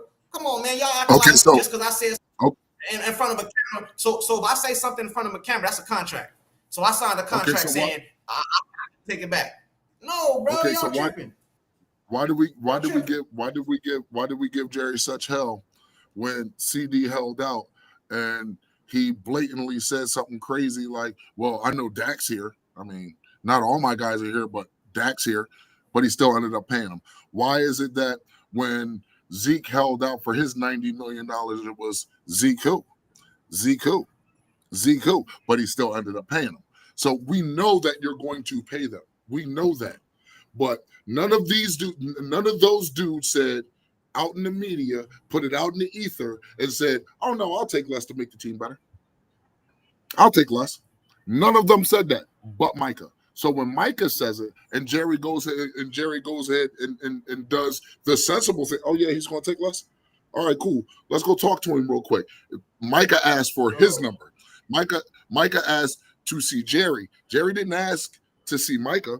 Micah asked to see Jerry. So when they finally got together and they tried to hash out a deal was done. The problem was the agent wasn't involved. That was the problem for you and for most of the other people. The agent wasn't involved. First of all, but when Micah decided he wanted to open up his jibs and say, I am willing to take less, I don't need to be the highest paid, you gave Jerry the green light to usurp your agent to circumvent the rules. No, you didn't. Yes, you did. Micah ain't never said. Micah ain't never came out and said, "Hey, we can do business without my agent." He said, "I'll take less," right? You know. And let me tell you another thing. The agent worked for me. He worked for me. So I don't care what deal the agent say. If I say I want to take this deal, that's the deal we're gonna take. The agent works for me, not the other way around. I hired the agent to do my business. The agent worked for you. The agent worked for me, bro. Yeah. If the agent worked for you, why couldn't Dak take less then? Because the agent worked for him. Bro, so now we're gonna say the agent, bro. I'm not gonna argue. Never mind, bro. No, I don't like arguing back. If the agent works for you, you just say I'm gonna take less. Let me take Dak name out. Yeah, right. If the agent worked for you, why can't Micah say I'm gonna take 37?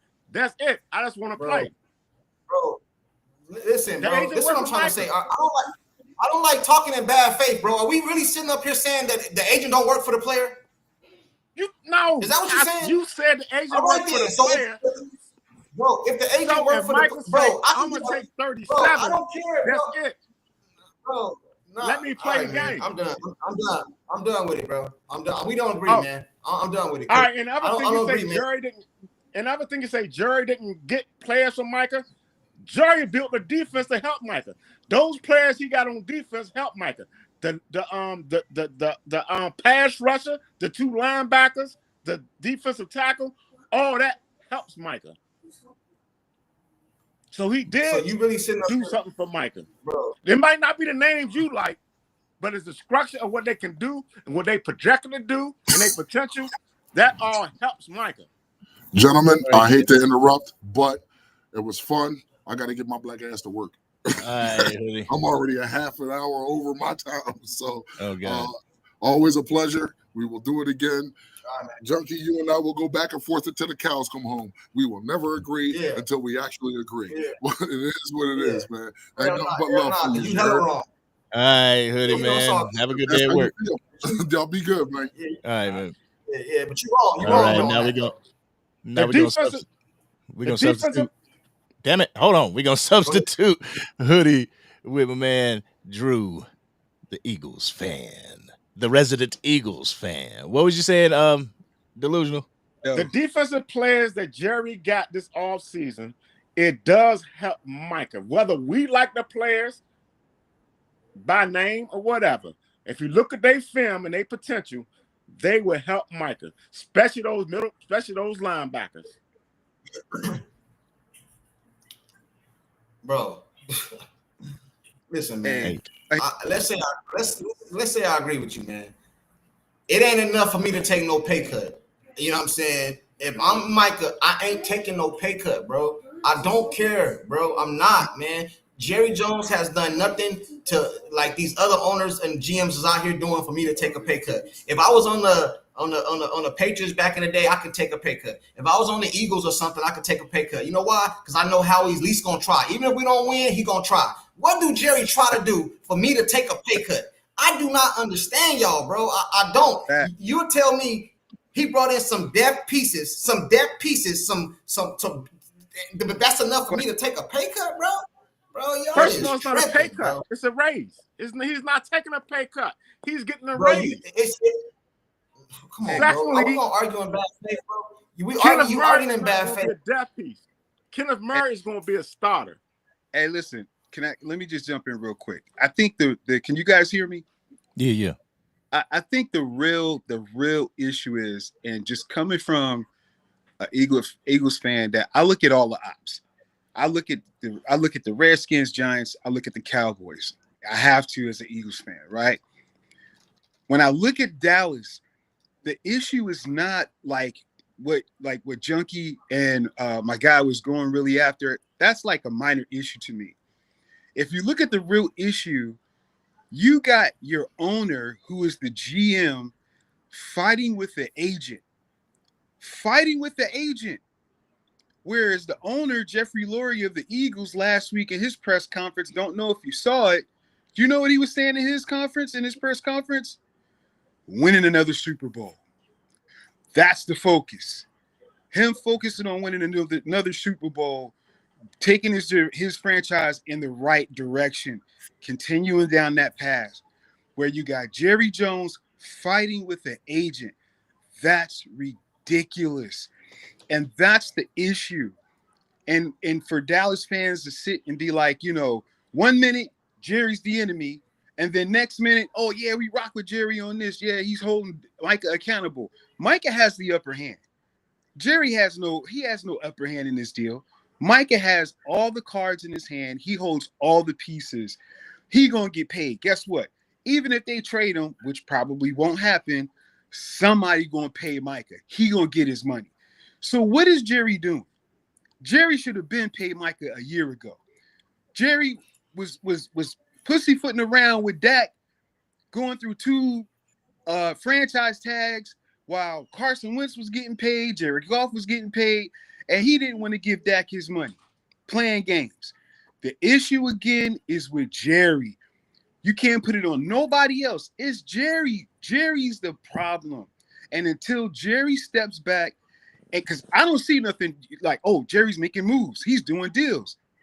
It's the same Jerry Jones. Ain't nothing changed.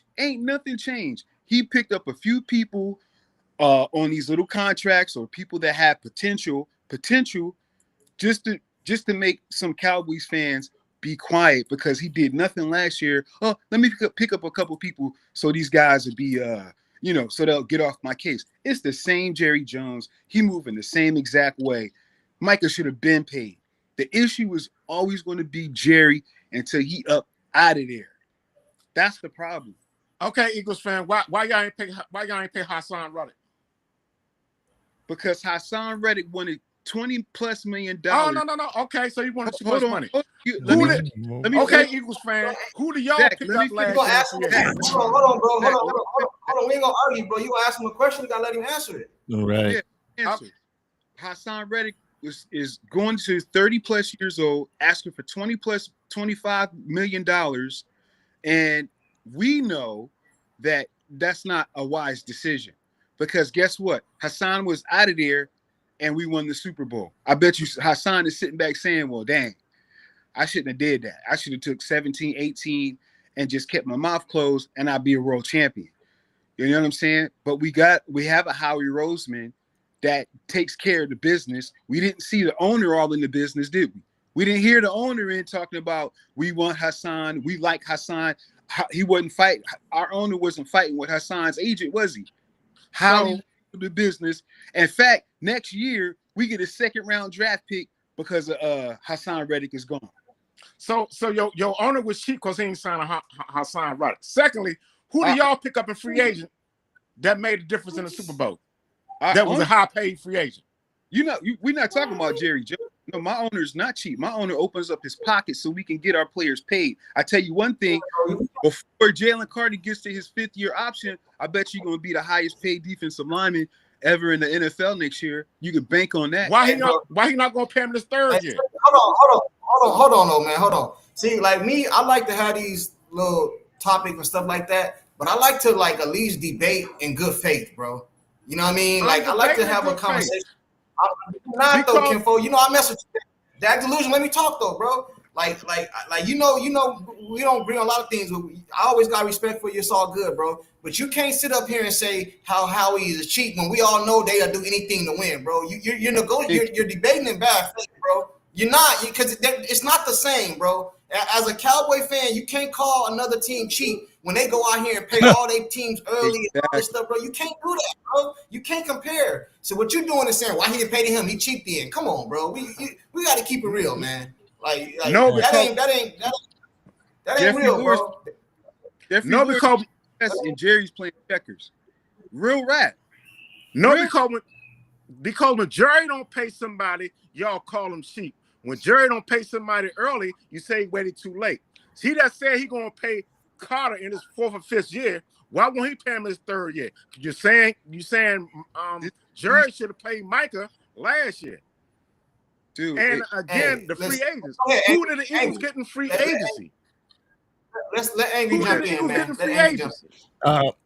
just saying. Go ahead and give me one more. One more statement, and I got to keep it rolling. I got some people waiting in the queue. Let me say something real quick. Let me say something before you go. Right, when you say Jerry is cheap, I say that all the time. I'm a Dallas Cowboys fan. He cheap.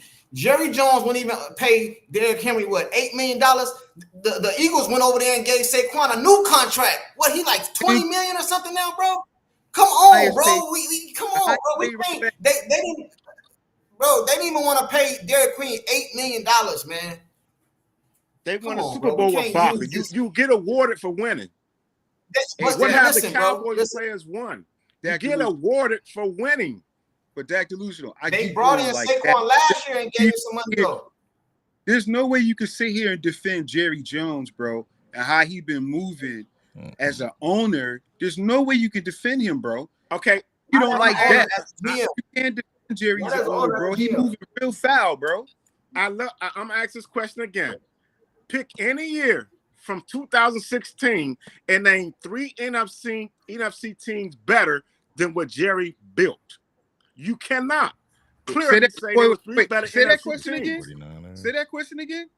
From 2016, pick any year. You cannot say there was 3 better NFC teams better than what Jerry built. That's cap. It's not Jerry's fault that the players don't live up to their expectations. That's cap. Live up to the expectations. Right, maybe Jerry's expectations of the players that he does get is extreme. No, it's not just the jury. It's the analyst. It's everybody. It's not cap. Pick a year and name me 3 NFC teams that was built better than the Cowboys. That's cap, Dak. Okay, name a year and name the teams. 3 teams. Since from 2016 you got to pick one year. And you got to pick let me just answer that real particular year. From 2016 to 2024, every NFC team that went to the NFC Championship was better than Dallas. Every team that made it past the divisional round was better than Dallas, because none of those teams Jerry made or built ever made it past the second round since 2016. There's the answer to your question. Oh, because they're the best team on every given Sunday. Let me say in, bro. Let me say something real quick. We gotta. I think Andy said we gotta rotate. But see, Dak Delusional, I know what you're doing. Dak Delusional. So you can't slide this by me. See, I know what you're doing. See, what you want to say is Jerry built all these good teams and Dak didn't get it done. That's what this is going to. You know what I'm saying? Because we all know, everybody in the chat, everybody that's a real Cowboy fan, know Jerry Jones for the shit. So for us to sit up here and try to debate that is just not. It don't even make sense to me. It's like, I don't even know why we talking about it. Jerry fired Jimmy. Jimmy won Super Bowls. What's up with that? Come on, bro. But Junkie, I would agree. Junkie, I would agree with Dak Delusional in terms of like Jerry building good enough teams for Dak to win. But I'm not going to sit here and say that he built a team that was like Super Bowl ready or Super Bowl bound, right? I'm not going to say that, because those teams, Dak hasn't taken a team past the second round. Now, I'm not going to say, I do agree that Jerry has put together some teams for Dak to win. 2016, Dak could have won. 2019, that team was stacked. And I look at it like this. JD5 had a worse team than Dak has ever had in his 10-year career. And he took that team to the NFC Championship, where Dak has failed to do so. Right? So I hear what you're saying. I mean, Dak Delusional, but I just don't agree that Jerry put together some like super team like y'all say the Eagles had last year, which was not a super team, because nobody said that until after. No, the Eagles team was a unicorn. And the Cowboys never beat a unicorn. The Cowboys could never build a team like the Eagles. So first, they would never trade Dak, and Dak can't get traded. They built that team on the back of trading Wentz. Who did that? Howie. Thank you. And who let him do it? The owner. And who else let him do it? The fans. The fans will never let Jerry trade Dak. See, and that's the funny thing is, because whenever people talk, even some Cowboys fans, like you're talking Dak Delusional, people talk, but whenever they talk about the Dallas Cowboys, they always say Dak, and down. And then when we talk about the Philadelphia Eagles, it's Howie and down. Like, damn it, it's the organization that takes your team to a Super Bowl, not a quarterback. And I don't give a damn what quarterback it is out there. They are not strapping up and putting the entire team, offense, defense, and special teams, on their damn backs to get them to a Super Bowl. That's not what it is. And it seems like some Cowboys fans live in this delusion where it's like the quarterback has to do everything. Like the quarterback is Superman and everybody else is just chilling watching the show. That's not the case. Like, why do we always talk like that as far as fans? No wonder they get the delusional tag. I'm going to tell you why, Angry. I'm going to tell you why quick, though, Angry. Because Dallas fans really don't have anything to hold their hat. And I'm not saying this to be disrespectful. In the last, 30 years, they really don't have anything to hold their hat on other than, Dak runs the NFC East. That's all that they have. Because I agree with you. It's just not Jalen Hurts. It's just not Dak. But just about an hour ago, we heard the brother from Philly say what? Dak retired to GOAT. Didn't he say that? Dak retired to GOAT. And I even put in the comments, wait a minute, Dak retired to GOAT, or did Dallas retire to GOAT? That anytime I jump on any Cowboys chat, you know what I get? Dak owns the Eagles. Wait a minute. Does Dak own the Eagles, or does the Dallas Cowboys own the Eagles? See, you can't have your cake and eat it too. It's either going to be the Dallas or it's going to be Dak. You can't have it both ways. Because if you try to compare 30 seconds, if you try to compare Dak to Jalen, the whole resume, Dak doesn't even compare respectfully. Right now, check this out. Right, it's two things. It's two things to that. Right, it's two things to that. When you say he don't compare respectfully, I get that because he got 2 Super Bowl appearances, 1 Super Bowl ring. So now, so we can't even argue. Can't argue that. But we talking, but that's a team stat. As an individual, the Super Bowl, the NFC Championship, those are team stats. As an individual, he compared perfectly, bro. I don't understand. And as far as you saying that Dak he owns Philly or whatever, because I have said that before too. But that's when we shit talking each other as Eagle fans, Cowboy fans. Yeah. You know what I mean? That's when we talk. That's when we talking shit. You know what I mean? But if we keeping it all the way 100, bro, like the quarterback comparison is damn near. I would give Dak the edge. Only thing don't give him the edge on, bro, is he got team stats like championships and Super Bowls, bro. But as an individual, come on, bro. That's winning. Come on, bro. But that's winning. At the end of the day, when they look at a player to go to Canton, but you're trying to say it's not comparable. What I'm saying is when it's time to go to Canton, let's say the next 3 years, Dak is put out in the first, second round of the playoffs again, or he's not with the Cowboys. And let's say if Jalen Hurts gets another Super Bowl and a Super Bowl MVP, he's going to Canton. He's going to Canton. Why? Because they're going to look at his stats and they're going to say, you know what? This guy is a winner. He won 2 championships. Just like people don't think Eli Manning is a great quarterback. But guess what? He's going to Canton because he has 2 of those things, right? There's speculation on that, brother. He's going to Eli's going to Canton, man. But Dak, if let's say if his career ended today and Jalen Hurts' career ended today, it's no comparison, bro. Respectfully. Bro, hold on. Let me say something to that, right? And I would agree with you and disagree with you because it's been a lot of teams on all sports, bro, that didn't win a Super Bowl or NBA championship that you're not gonna compare to another player on another team just because he got Super Bowls and championships, bro. Charles Barkley didn't win no championship, so you mean so based off your logic, you know what I'm saying? Some of these people, Steve Kerr. So Steve Kerr is no comparison to Charles Barkley. Still, Steve Kerr got championships. Charles Barkley don't. So you can't do that, bro. We talking about an individual. Junkie, we talking about an individual. I agree with you, Junkie, but no fan base other than the Eagles and Dallas compared Jalen Hurts to Dak Prescott. That's why I'm saying that. Listen, I'm from Philly. I grew up in Philly. Everything Philly is what I rock. Sixers, Phillies, Flyers. That's me, right? I don't rock outside teams. So I'm not gonna sit here and tell you that Charles Barkley doesn't deserve to be a Hall of Famer because he didn't win a championship. No way. But we don't sit back and go, we don't sit back, hold on, but we don't sit back and say, we don't sit back and compare Charles Barkley to Tim Duncan, right? You don't hear that comparison. But Dallas fans like to sit back. Talent. Hold on, that's another elite talent. That's another elite talent. Tim Duncan he's probably one of the best power forwards ever, bro. You can't use that comparison. Right, but I'm saying is only Dallas fans compare Dak to everybody else. No, Drew. Hold on. That forces our hand because I agree with you. It's a team effort. But at the end of the day, we see that when Kansas City took Saquon Barkley out of the game completely. So what did that mean? That means that Jalen Hurts had to put on his big boy draws and he had to go win that Super Bowl, right? Along with the defense. There you go. Okay. Now, hold on. Now, we've never seen Dak do that. We've never seen Dak do that. I'm asking. Hold on. I'm asking you. I just want a question. Is Jalen Hurts better than Dan Marino? No, he's not.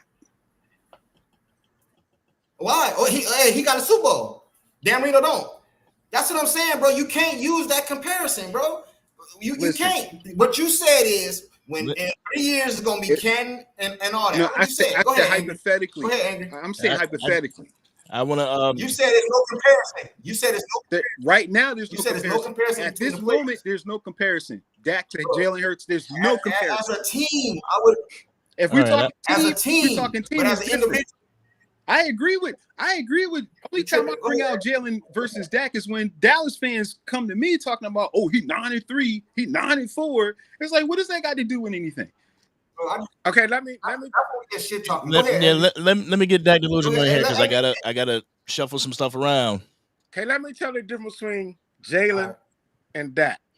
In 2016 and 2018, when the Packers and Rams stopped the run game, Dak didn't step up. When the Chiefs stopped the run game, Hurts stepped up. Facts. And all Dak fans say is, we ain't had no run game. Well, the Eagles didn't have a run game either. And Hurts stepped up. That's my final word.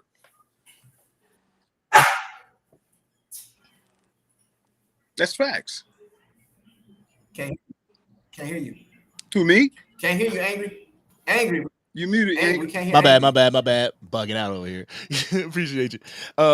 Yeah, you're right. You know, everybody band together. They stopped Saquon Barkley, so Jalen Hurts had to be superb in superb moments, which he was. And I commend him for it. But guess what? The Philadelphia Eagles had that the Dallas Cowboys didn't. Dogs at the front at the front line in the trenches. Dogs on both sides of the ball. And even when we had that super team 2019 or whatever anybody want to say, guess what we couldn't do? We couldn't stop the run.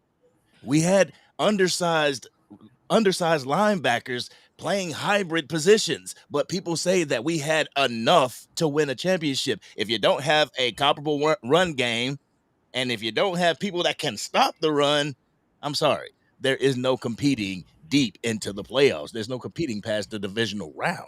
You're right, Angry. And this is why you're saying against for the Cowboys draft. This is why, because I hear you guys, especially Junkie, wanting the skilled position players. And I think it's a huge mistake if Dallas goes in with their first 3 draft picks picking skilled position players. Because Angry, you just said it. In that Super Bowl, what did you see? You saw a loaded defense on Kansas City say, Saquon, you're not running this football. And those dogs up front stopped them. And you saw the Eagles dogs up front in the defense say, you know what, Patrick, you're not going to get off. You're not going to run the ball or throw the ball. And those dogs in that offensive line and that defensive line, they showed out, right? And the offensive line protected Jalen so he was able to scramble and able to throw that football the way he needed. That's the secret to having a Super Bowl championship caliber team. Dallas offensive line and defensive line is nowhere close. And look, a great successful draft is if they beef up those lines to give your 30-plus-year-old quarterback who can't seem to make it through a season and and he's getting older. You want to protect him and then try to put those pieces around him. That's, to me, the recipe for Dallas coming back, because I don't see them close to even Washington, nowhere close to us. And, I mean, I see what, the Philadelphia – what's up? All right, let me just give Dak Delusion a little quick second so I can – because I'm going to have more people. I appreciate it. Yeah, when you say the Cowboys defense don't stop the run or they don't stop people, go back to the 49ers game. They held the 49ers at 19 points. It doesn't make a difference if the defense do show up. What the defense got to do, you hold the run game to 0 yards, 15 points in order for Dak to win. Because when they do, it doesn't matter. My bottom line is, in today's NFL, I don't care how good your defense is or whatever you got or your run game is. The quarterback had to make the plays when necessary to win in the Super Bowl in the playoffs. Because you can stop the run game. You can stop everything. It's NFL days. Today's NFL is about the quarterback and the passing game. Your run game or defense is not winning Super Bowls. Bullshit. Even though Philly, that's cap, dude. Hold on. Even though Philly held them down, but it still was Jalen Hurts who had to score points. Stafford had to score the points. Even though Aaron Donald made that final play, without Stafford touchdown, that final play don't make a difference. Man, dude, the defense, Kansas City defense, altered the whole trajectory of the game, bro. They came in with a goal to stop Saquon Barkley, bro. Somebody put it in the comment section right now. I don't know if this is true or not, so don't quote me. They said weeks 5 or 6. Hold on. It said week 5 or 6, Jalen Hurts had the most turnovers. Then you enter Saquon Barkley. I don't know if that's a true quote, but what I am saying is, bro, the Saquon Barkley was a big part of the Eagles' success, bro. I'm not taking nothing away from Jalen Hurts. The man got 2 Super Bowl appearances and a Super Bowl ring. But I don't like when these people get on here, bro. Not even Dak delusional, but a lot of people, when they try to say their opinion, it's not their opinion, bro. It's they hate for Dak. So what they want to do is say Dak didn't get it done, and they don't care about the rest of the team, bro. You know what I'm saying? That's what it really comes. See, Drew, you don't know this, bro. I know this. Angry knows this because we Cowboy fans and we see it. So I know how this stuff goes, bro. Anytime a person get on here and say Jerry's not a problem, bro, you stop talking to them immediately because they're not talking in good faith. They're not talking in good faith, bro. Can't nobody come on here and tell me Jerry Jones did this and Jerry Jones did this, and I take them serious, bro, because we see what other GMs are doing. Jerry Jones, the owner, okay, cool. You know, whatever. But Jerry Jones, the GM, bro, is a problem, bro. And Jerry Jones, the owner, come in because he won't fire Jerry Jones, the GM. You know what I'm saying? Jerry Jones let Jimmy go. What owner that just got him 2 Super Bowl rings, bro, will come in and fire the coach, bro? Like, come on, bro. Like, I don't understand. And then what owner gets on national TV and say the things that Jerry say? You know what I mean? For real, I don't understand, bro. So some Cowboy fans, I'm not gonna say all, bro, not all. But a lot of Cowboy fans, bro, they hate for Dak run so deep, bro, that they'll just take Jerry Jones, and just not Jerry Jones' fault. He's cool, you know what I mean? It's Dak's fault. Now, do Dak need to play better? I've always said that, bro. He need to play better, bro. He need to get it done. But you can't sit up here and tell me that Jerry Jones ain't a problem when I'm sitting around here seeing all these other teams make moves, bro. Watch this, and I won't say nothing else. The 49ers are at rock bottom right now, bro. They will bounce back before the Dallas Cowboys. Oh, God. Watch. Nah, I agree with you. You know why? Because they have an organization, bro, that's gonna make moves, bro, and try to get better. Junkie, watch what happened, man. Junkie, I'm gonna give you one more, and people calling me delusional about this, but I'm gonna stand 10 toes down on it. The Giants will bounce back before Dallas will, if they have a good draft. Because they had a really good free agent so far. If they draft well, bro, if they can get a quality quarterback, because if I was them, I'm drafting Travis Hunter. He knocks down 2 positions. That's a 2-for-1 deal. And if they can move up a little bit later and get a Jackson Dart or that other kid Hamilton or something like that, and draft well, hey man, they're not that far from Dallas. The way Jerry is just like goofing off right now. So look, the Giants is on your heels if they draft right, because I mean, hey man, your boy Russ is old, but he got that pedigree, man. All right, Dak delusional, man. We're gonna keep it moving, yo. You got anything? All right. You got anything else? I'm gonna hit you with the finish him. There go. Nah, you can salute me. But was Jerry the reason that the Cowboys lost in 2007, or was it the players? I'm gonna say it like this: if you got a problem with the players, talk to Jerry Jones, because that's the person that puts the players on this team. Not a damn Cowboys fan, not a damn Cowboys player is playing on this team without Jerry Jones' consent. So if your issue is the players, you got to talk to him. Howie wasn't playing on the field neither, and they won the championship. I ain't seen Howie take one snap. I ain't seen him take one snap. You know what, bro? If somebody can tell me right now it's life or death, I can't even name the Philadelphia Eagles owner. I don't even know his name. Jeffrey Lord. But I know it's a lot of people that know Jerry Jones' name. I know, I'm just saying, but like name 5 of them, bro. Most people can't. Yeah. But you can you don't even gotta be a football fan. That's real. I can call my mama right now, bro, and say, hey, who the owner for the Dallas Cowboys? She don't watch sports. She'll know, bro. That's real rap. She'll know. Because he always in the media, bro. He's the problem, man. He's the problem, bro. And I don't know why people don't see that. All right, DDF. He's the problem, bro. Dak delusional. Oh, you were gonna say something? My bad.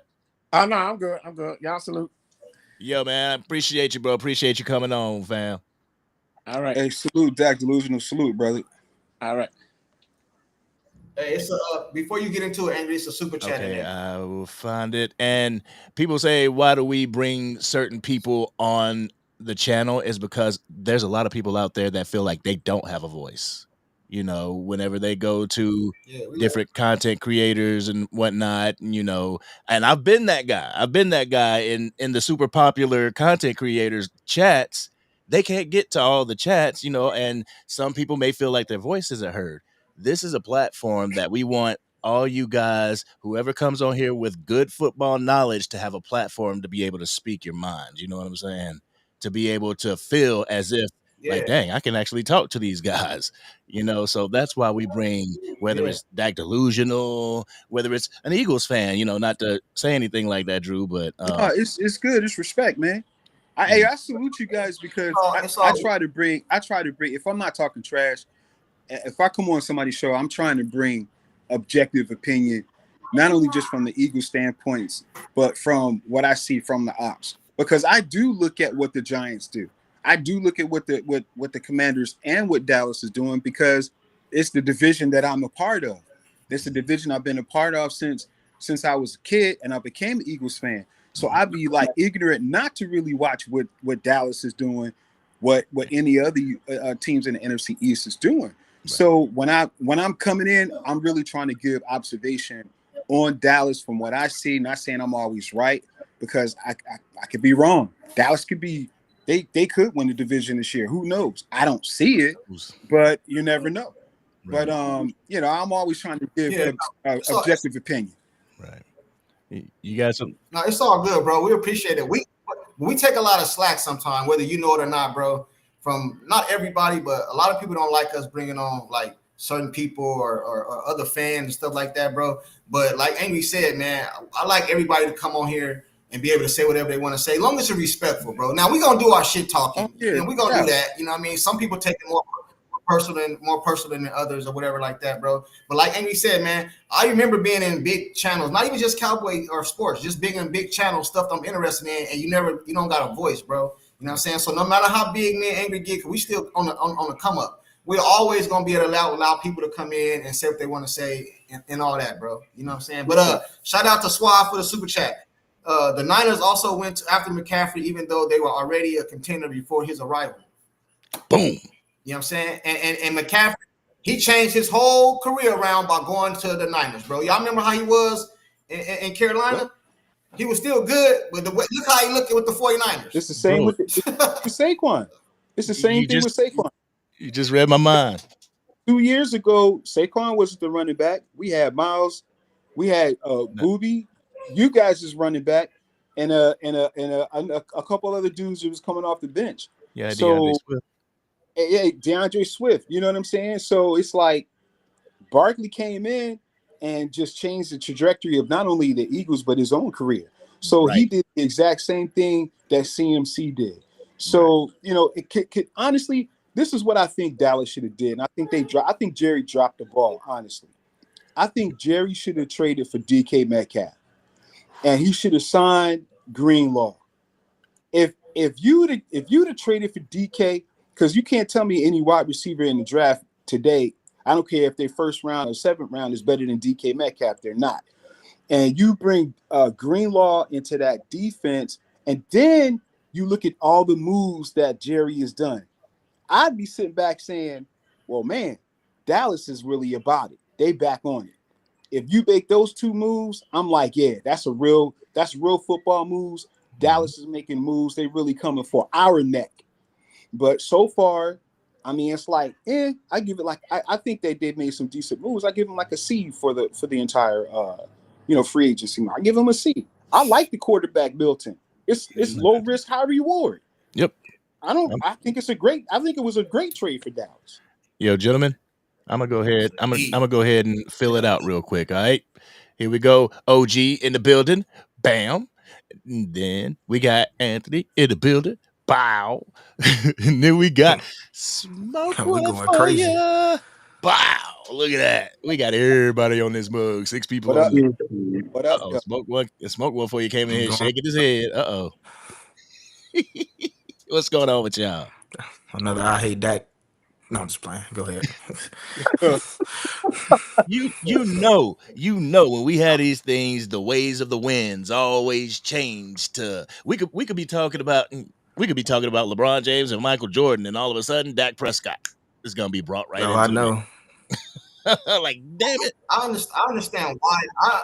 I understand why though, because he's the head of the snake, bro. So I understand. This is how it usually goes, bro. And it's just the way it is, bro. If the quarterback have a good game, just like MVPs, bro. It's been a lot of them MVPs that Tom Brady won. He wasn't the MVP, but the quarterback get all the reward, bro. If they lose, people try to put on somebody else. If they win, the quarterback gets the credit. That's just how it goes, bro. You got MVPs, bro. It's usually a quarterback. That's a quarterback damn near award, bro. The quarterback is the everybody make the most money. So I understand why Dak name come up a lot, because it's hard to talk about the Cowboys without bringing him up, good or bad. You know what I'm saying? So I get it. I just want everybody to be like, come from a genuine point and not just I hate him. See, you can get on here and say I don't like Dak. I want to move on from him. This is why. I don't have a problem with that, bro. This is why I'm a Cowboy fan. I'm a die Cowboy fan, but I don't want Dak. I'm throwing my cards. I'm good with that. But I hate him. Get him out of here. The nigga suck. All this, bro. You're not giving no context behind it. All right. You know what I'm saying? And that's all I care about. OG, what you got on that, bro? Nothing. I ain't saying I'm not saying the D word. I promise you. No Diddy, promise you. But listen, I am never saying that dude's name out loud, yo. Because like once y'all start saying it, we gotta talk about him. I'm not saying it no more. No more, okay? Let's let it go, man. Just let it go, bro. I mean, shit. He's gonna be who he is. That's gonna play how he is, but you gotta give him weapons. You have no weapons. You have no weapons, bro. Like, give the man some weapons. He needs another receiver, at least 2 more receivers. He needs 2 more running backs. I mean, he needs a right guard, God forbid. I mean, give the man the tools to be able to produce the offense the way that you want it to be produced, bro. Right. You know what I'm saying? Then on defense, bro, oh my God. Angry. What's happening? When's the last time we had a good defense, bro? When was the last time we had a good defense? When was the last time we had a defense that stopped the run and the pass at the same Top time? 10 in I'll wait. Asia category. Damn it. Yeah. Come on, I want to hear all y'all. Listen, I want everybody. I want everybody to answer the same question. Y'all all answer the same question, okay? When's the last time we had a good run, pass, defense at the same time? Let's go. Right, I gotta go blow my nose. I will say this though. Hold on, one at a time. I got it, Andy. Hey, when you say good defense, do you mean like top 10? Like we gotta put more. Okay. Our 90s defense, what was their rank? 23, 20. Was they? Didn't they lead the league in sacks and turnovers? What year? In the 90s? Oh, we're talking 2000. Just like one of those years when they went 12-5. No, I'm saying not really. They led the league in turnovers a couple times. Yeah, they did that. No, we had the number 1 offense. We had the number 1 offense damn near all them years. We had the number 1 offense. I think the year Diggs got all them interceptions. I think we was first in turnover. Yeah. Okay. No, we led the league in total. We led the league in total like a couple years ago. In total defense. We were 19th. We went from being 32nd to 19th the first year under Dan Quinn. First year under Dan Quinn. Okay. Yeah, okay. That's good. That's not bad. Now tell me when will we be below the top 10? How y'all doing? OG. Can you ask it again? Because he came in and said it.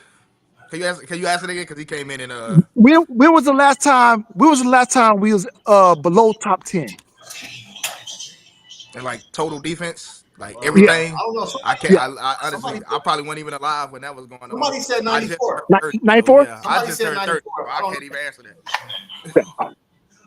So I don't know that to be true. But somebody said 94. We're gonna go in like in order. OG, what up? I think this is first time on here, so let's get OG. OG, what up? Oh boy, not just come that.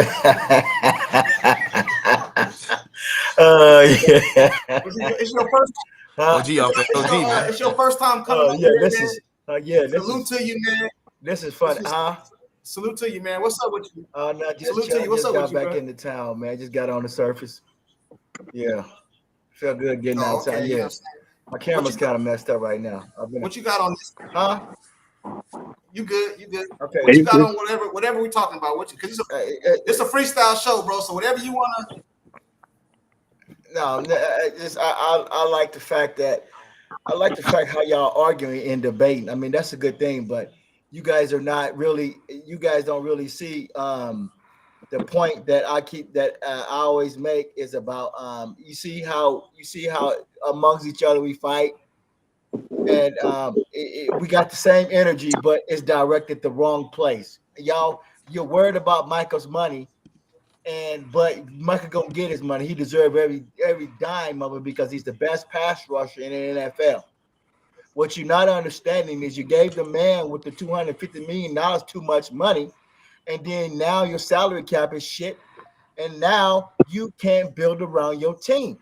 And your GM has hired a subdivision small guy, McClay, to come in and help draft, and then it's not working because he's not there on the college campuses to see what's going on with the players. He don't know firsthand what real production is like. And if you keep going down the same road with Will McClay, you don't know if that's going to work out. But if you keep understanding that these injuries to these players are something serious, and you have to take accountability of having, you understand that. You have wasted so many years, like we did in Roma, so many years on one man. Dak Prescott is not Jesus. He's not walking on water. When he's done, he's done. He don't have any scriptures written up. He don't have nothing you can look forward to. He's not giving you no faith. When you pray, you don't pray to Dak Prescott. You don't pray to Jerry. You don't pray to all these other people. You pray to somebody that's gonna get you. You got to find peace. You got to find peace within yourself to understand. Hey, man, when is it gonna change? Gonna happen? When has everybody ever been up in arms and said, "Hey, we need change at the quarterback position. We need change. That we got to start somewhere." We know the defense sucks. We know it's sick. We don't even need to get better. This whole draft needs to be on the defensive side of the ball because you got to figure out you don't give him too much money now, so you got to build 2-3 years down the road now. So when are you guys are going to say, "I'm ready for change"? When a man steps out there and fools you for 3 or 4 weeks about the cancer, this and about these type of things coming out and fooling you for so many kids, nobody throws up under the bus. Nobody says anything negative. I'm not saying Dak Prescott is a bad person. I'm saying you have not understood what the game is like. You have not put your mind in mindset. The man is injury prone. Romo was the same way. You guys have not came up with a game plan yet. You had Lance in the building, and you guys never voted him in. You guys have had him on a pedestal for 9 or 10 years. Yeah, he won a playoff game. Yeah, he's done good things. But don't you understand injuries plays a big part of this game? And everybody's going to be praying the whole offseason. Hey, man, is he healthy? Is he ready to go? People look at me stupid when I say about injuries. I got a messed up hand. I got a messed up shoulder. I got a messed up lower back. Everybody has injuries. When you come out there and play this physical form of football, you're not going to last long. You guys have not came up with a game plan yet to take over this man when he goes down. Has anybody answered that? Does anybody answer that question? Has anybody came up with a game plan? I can say something to it. It's not that. First of all, we all fans, so we can't make Jerry Jones do nothing.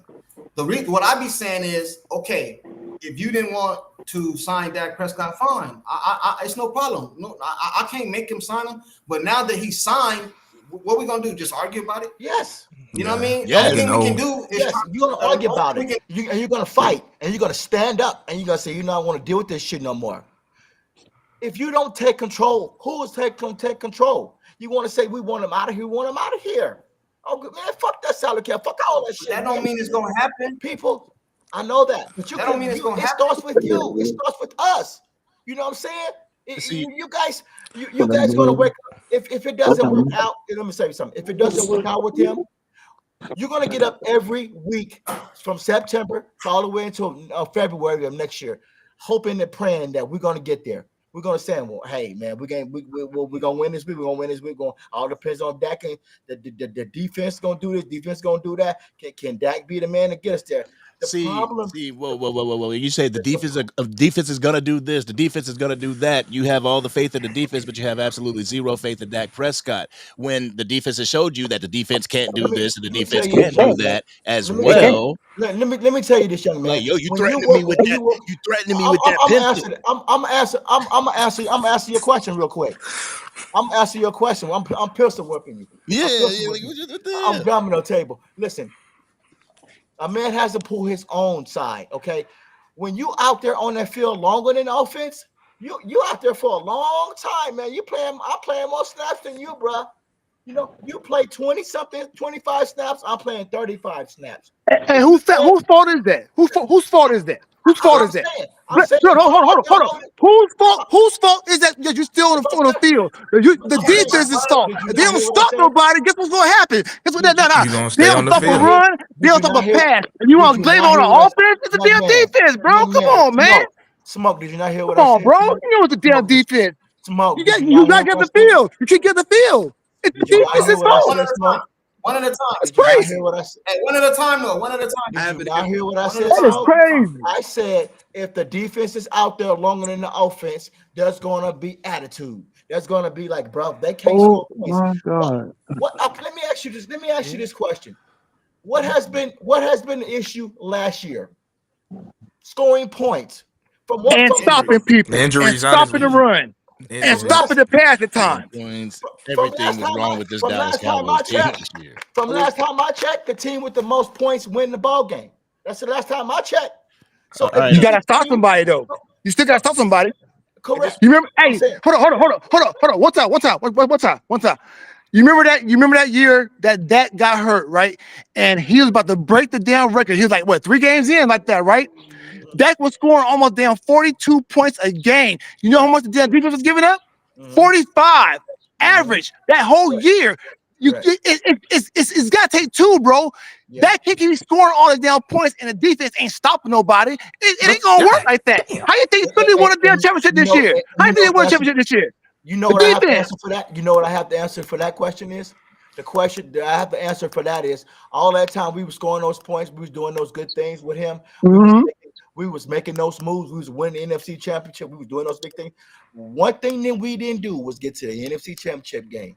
We have ruled the NFC East for many of years with him. And the problem is, y'all not understanding to take accountability is he didn't get you there. That's the problem. We know the defense is going to have the issues, okay? He's not a one-man band, bro. I don't want to hear this. He can't get you there. He can. It takes a team. It takes a team, not one person. I'm not. Don't help one person. You understand that?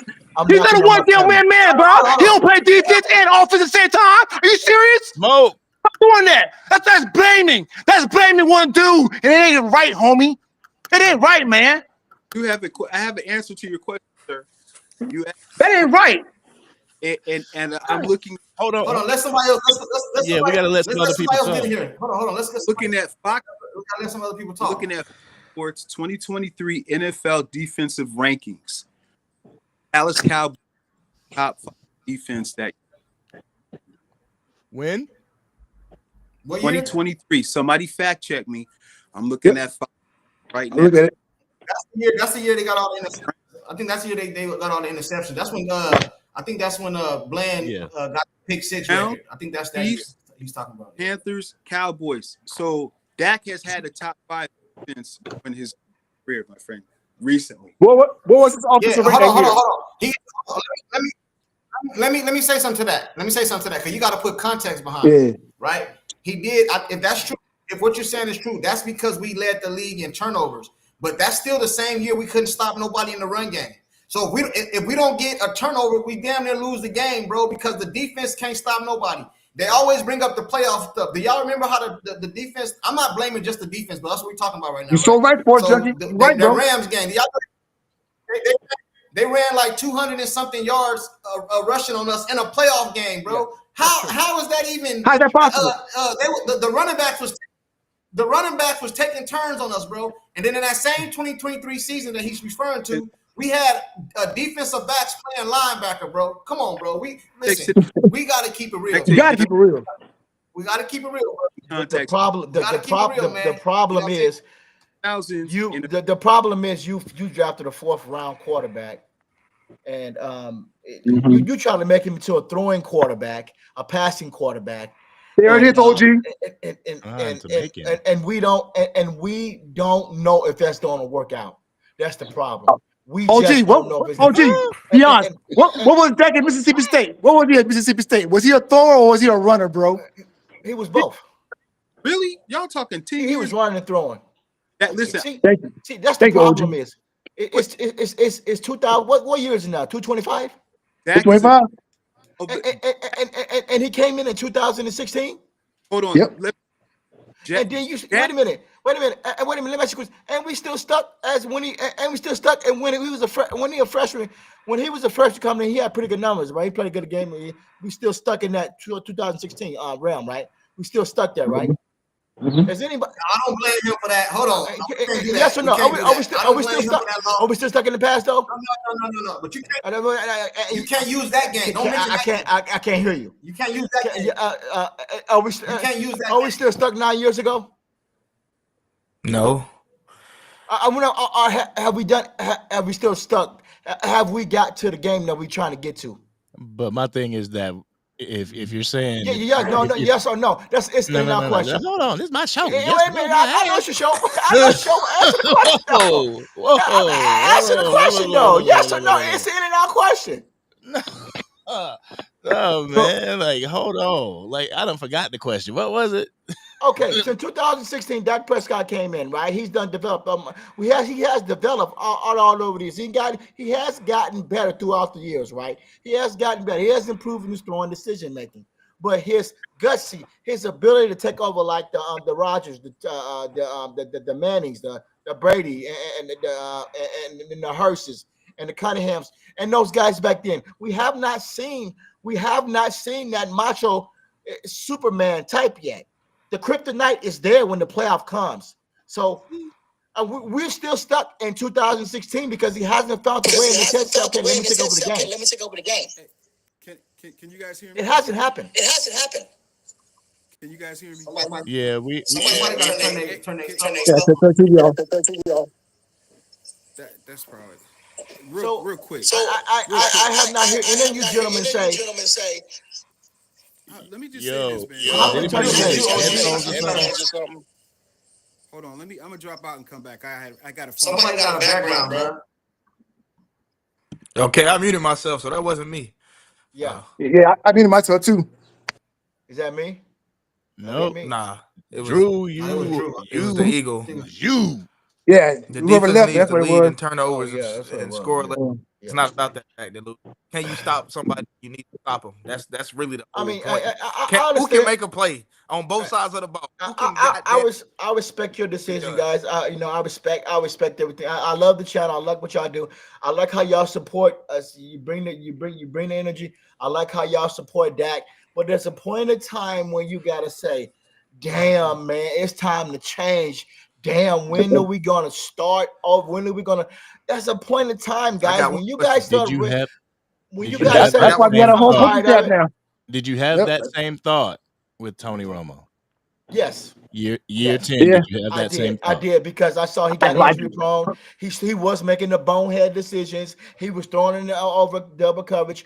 Down the playoff game with the Giants, he blew that game. He threw it over the top. When he threw it, he tried to throw it to Terry Glenn in the end zone when he should have TO on the right-hand side. It was some time that Tony Romo should have won that game against the Giants, but the defense played their ass off, but they just couldn't. They kept feeding wind. They stayed away from Romo. Patrick Creighton dropped the pass. Patrick Creighton dropped the touchdown. I mean, they were. So they was making big decisions. Unexcusable decisions. But the problem is, can we score? I mean, the problem is it's not even Dak Prescott anymore. It's like, can we score now? Listen, can we kick field goals from the 55-yard line every game? 9 to 10 field goals a game. Can we score? That's the problem. That was more of a McCarthy thing than a Prescott thing, though. No kidding. Okay. No kidding. What do you feel about Tony Romo? Tony Romo was a undrafted free agent, and he did what he did. He came in and got paid. Would you say he overachieved? Now look who came in and got paid. So he wasn't good. One more thing I gotta say, he was decent. He was decent. He was good, but he never got us there. He not have got to the NFC Championship game. They said Des Bryant dropped that football. That was our time to win it. They lied and they con us out of that one. But hey, we can't cry over spoiled milk anymore. It is what it is. But let me tell you something. When these guys get paid, hasta la vista. I see you later. That's what it's been. They get that money. They hasta la vista. Micah finna get paid. Might not even see the real Micah in the next 2 or 3 years anymore. They get paid. They hasta la vista. So that guy paid a big contract. The most money we put out in a long time, bro. He's probably got the biggest contract that I've known in a Dallas Cowboy freaking uniform, and has not produced and said, hey, he got paid, so he don't have to do nothing anymore but make us argue. You see how we're arguing? You see how we're fighting for something better? You see how we're fighting on the defense? We're fighting Jerry. We're not fighting. We're arguing about getting better, bro. We haven't done anything. That's all I want. In years. We got to get better. We got to get better. Go ahead. Now, if we came into the draft and say, let's draft a quarterback, would anybody be opposed to drafting a quarterback that can throw, that can make some? We don't have plays? to. We already made the trade for one. Yeah. So everybody happy with Milton. Yeah. Everybody happy with Milton his accuracy. Nah, Milton can work on his accuracy, homie. Trust me. not it. But Bro. these about 2 or 3 years behind that, easy. If that See, goes, that's the problem. That's the problem. See, that's the problem. OG, with you you guys. gotta let some people talk, bro. Okay, Like go ahead. we've Go had ahead. Drew Go down ahead. here. Go ahead. Yeah, I'm waiting for my boy Drew to talk. that goes down, you can cancel Christmas. They need reliable QB, because how many games has Dak? How many seasons has Dak completed? Like within the last 5 or 6 years, he doesn't. He completed 4. Wait, 5 of them. I think it was like 4 times he was hurt. 21 and 23. 21 and 23 is the last time he really played. Jalen Out of a game or two. So that's why we have Tanner McKee. That's why we have quarterbacks in place, because in a set team for him to come in and do what he needs to do. If Dak goes down, it's a wrap. And I think it was a big mistake to sign Dak, because if you let Dak play it out and you say, you know what, Dak, it's not working, man, you go get your money someplace. Now we're going to reboot. Now you sitting in the draft with the number 12 pick, you can make moves to move up to try and get a top running back now, or you can pick somebody there and try to move back up to get a Jackson Dart or somebody like that. So how would that McMillan? But hey, Drew, can I ask this though? You can draft one of those QBs, but do you think Jerry will put around the assets around that young QB? Let me just finish. How would it look if you drafted Tech McMillan? Just because I know for all you junkie guys, and then you moved up to get a Jackson Dart, and then later on you get an Omarion Hampton or one of these other plethora of running backs that's in the draft this year. Now, how does that look? You know what I'm saying? That looks, to me, that's like, okay, that's an attractive move. You got Jackson Dart, you got Tech McMillan, you get like one of these other guys, Ollie Gordon or somebody in the 4th round. Now you look at that team and you build it around to build up on the offensive line, and you working on the defense. Now, you may not be that good, but now you look at the future. You're looking at saying, man, let's see how this looks going forward, as opposed to being stuck for 10 years with a quarterback that's 30 plus that you don't know if he's going to make it through the season or not, with a shaky offensive line. So that's what I keep trying to tell you guys. So in order to be a sexy move or a good move in the NFL draft, you have to draft somebody to replace Dak Prescott. That's what we're getting down to. You can't draft anything to me, honestly, forget 10 years down the road, 5 years down the road. We're trying to win now. We're trying to reposition that window to be open for the Dallas Cowboys to win a Super Bowl within the next 4 years. And dude, I just don't see them going in, especially after getting Joe Milton III, going into this draft, using more draft capital that you've spent on Joe Milton III to even get him. Now you're going to spend another pick on a quarterback that's not going to see the field. If everything goes right, he won't see the field. You know what I'm saying? If Dak Prescott is upright, he won't see the field. So why wouldn't you want to try to build around Dak Prescott? Because you see there's evidence of a quarterback being a bus driver getting to a Super Bowl. If you have the right pieces around you, if you have the right coaching around you, if you have the right scheme that you're running as far as the offense as well as the defense, if everything can click on all cylinders, things can happen. But those things haven't been clicking for the Cowboys. Do you not understand what you're saying? You're asking a 32. I want to ask real quick, then I'm gonna shut my mouth. 32-year-old quarterback to come out here. Have you not seen these young boys that come out here and they can play football on the defensive side of the balls? You think these young men are when they coming, and they coming with power, and they gonna hit you, and they gonna hit you. And so him taking more hits and hits with the shake up, they gonna hit you. And you got to understand when they hit you, they bringing it. Hey, but you're right. But we've seen play up until they mid. You know what I'm saying? I don't really want to, but I get what you're saying. I want to say something real quick, man. I want to say something real quick. Like if Dak Prescott wasn't signed and they let him walk, we can have this debate and argue about it all the time. We good. It's okay. Mm-hmm. But right now we arguing with a stop sign because the man is signed. So if he's signed, why are we arguing about everything else? He signed. You're right. What we should be talking about is what we can get in the draft to try to better the team or free agency or something like that. The man is signed. Yep. Jerry don't listen to nobody but Jerry, and every once in a while Steven. Yep. So we can go out here and have we had a dude on the show the other day, Steph. Went out to the Cowboys Stadium, made the news with a fired GM Jerry sign and all that. Jerry came right on there and said, yep, I take the blame. It's my organization. I do what I want to do. Basically, that's what he said. So all this, we need to do something to make Jerry. That don't work. That don't work. You know what I'm saying? It ain't going to work. You feel me? So all this arguing amongst the fans, it's like this. Either you're a Cowboy fan or you're going to watch. You can still be a Cowboy fan, but Dak going to be the quarterback next year. So what you going to do, not watch the game? Because Dak under center? Because he's going to be under center. Right, Junkie. So are you ready for disappointment? Is the Super Bowl window open? Is it open?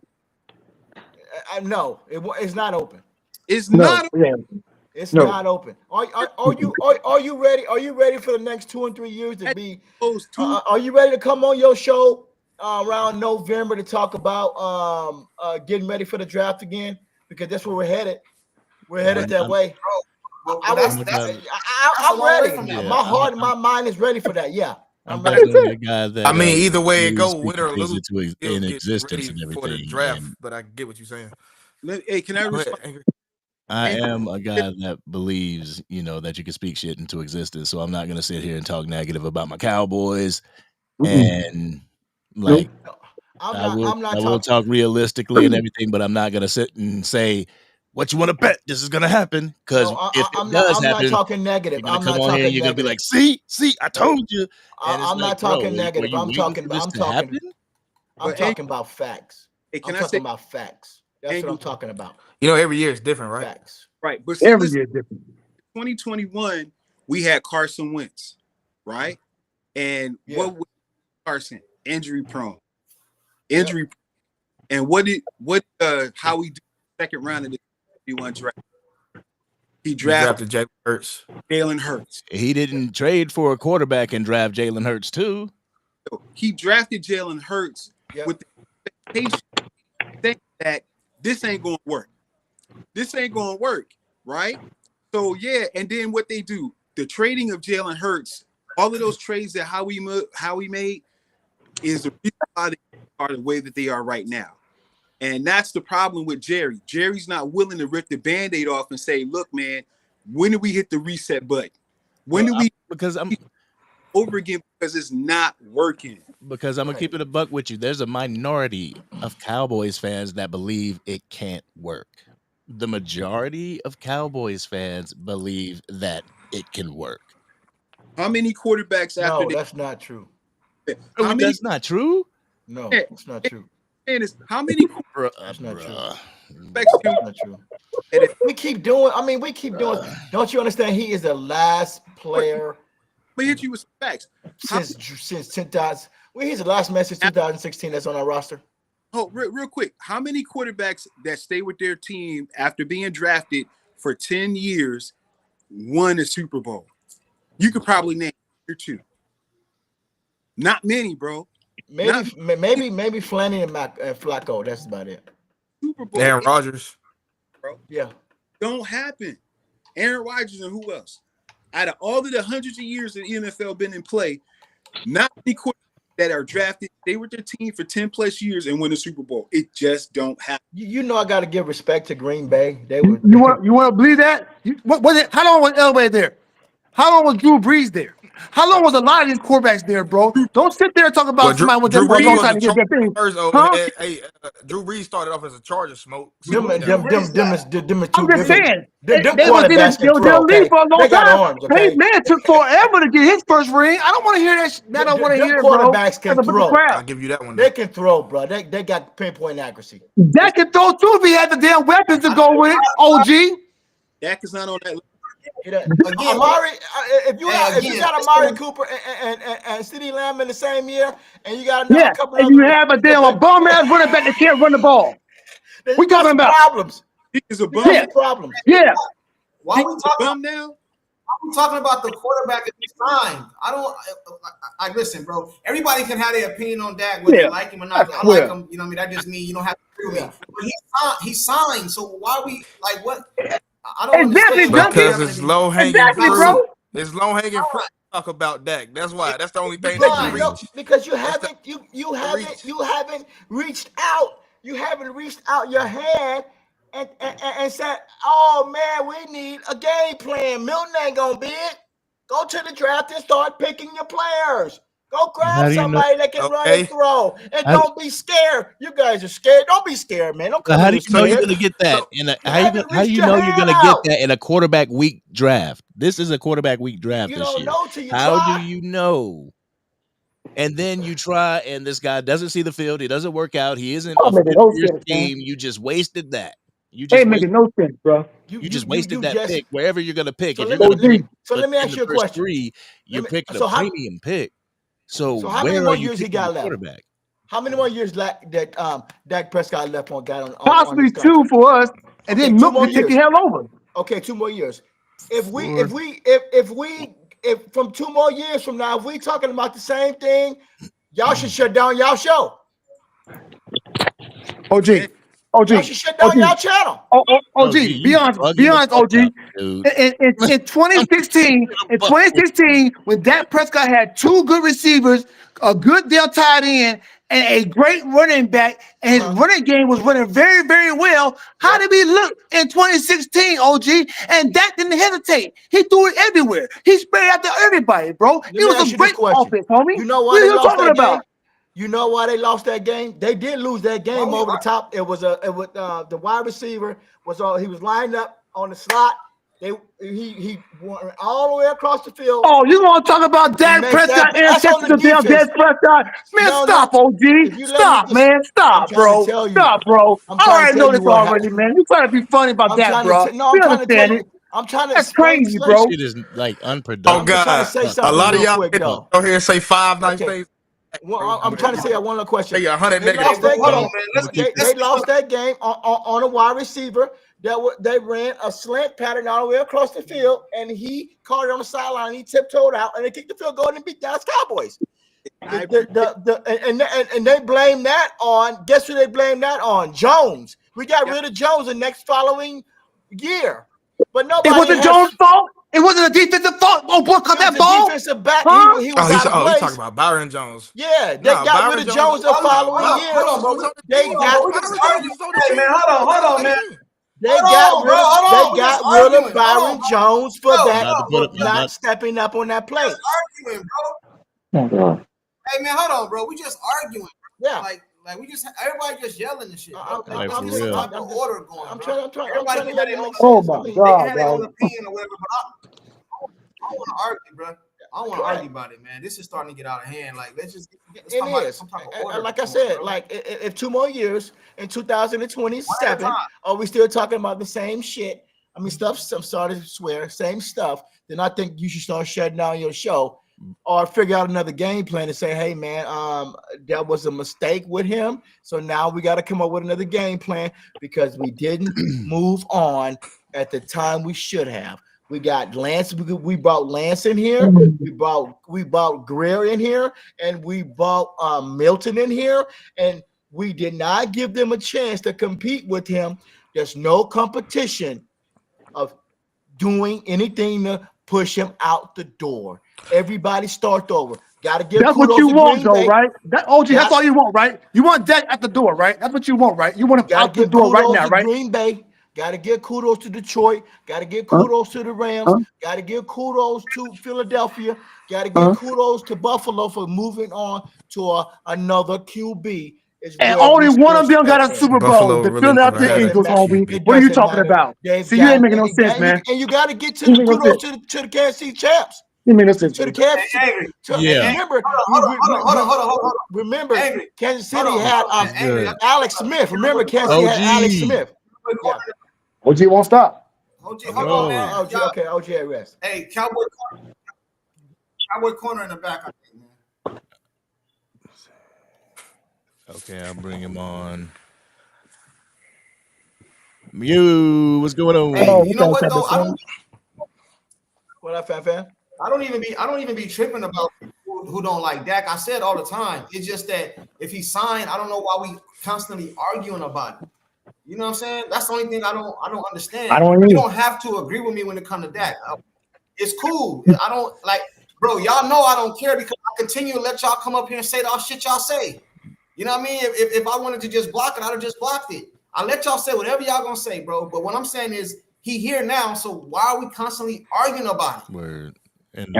We can't talk about 2027, 2028. Like I don't get it. Like we over here sitting here talking like if 2007 and 2019 is tomorrow. You know what I'm saying? Like what had happened was, but I mean, like, yo, how do we get better? And that's actually an OG on some real shit. Like you talking shut down your show? That shit ain't happening. So you saying that y'all should shut down your show? This is our opinion. This is our opinion. We talk Dallas Cowboy talk, so that ain't gonna happen, bro. So if Dak leave, I'm still gonna be a Cowboy fan. If he leave today, if breaking news, Dak lift his trade clause, he traded, bro. I'm still gonna be a Cowboy fan. Yep.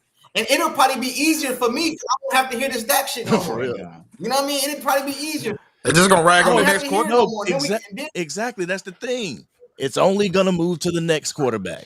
If it don't happen in 4 years, it's moving to the next quarterback. That's it. Yep. It's rinse and repeat. Rinse and repeat. And that's what we've been waiting on. What up, Corner? What's going on, you guys? Corner? What's up with you, man? I'm doing great. Y'all hear me just fine? Yeah. You sound good, brother. Yeah. So OG's one of my people. I don't know if you guys. Let me take you down memory lane. No, you one of my people.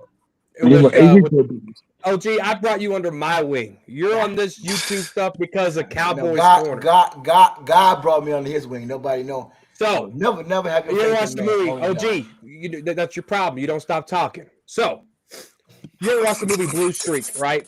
When Martin Lawrence is in there and he's doing his thing, and the FBI gets real mad, and he looked at the guy and he goes, "Is this guy one of yours?" Talking about OG. The cop looks at him and says, "You bet your ass he is." Right. OG is one of mine. All right. OG is a little crazy. That's all right. We like crazy. We like different. I'm familiar.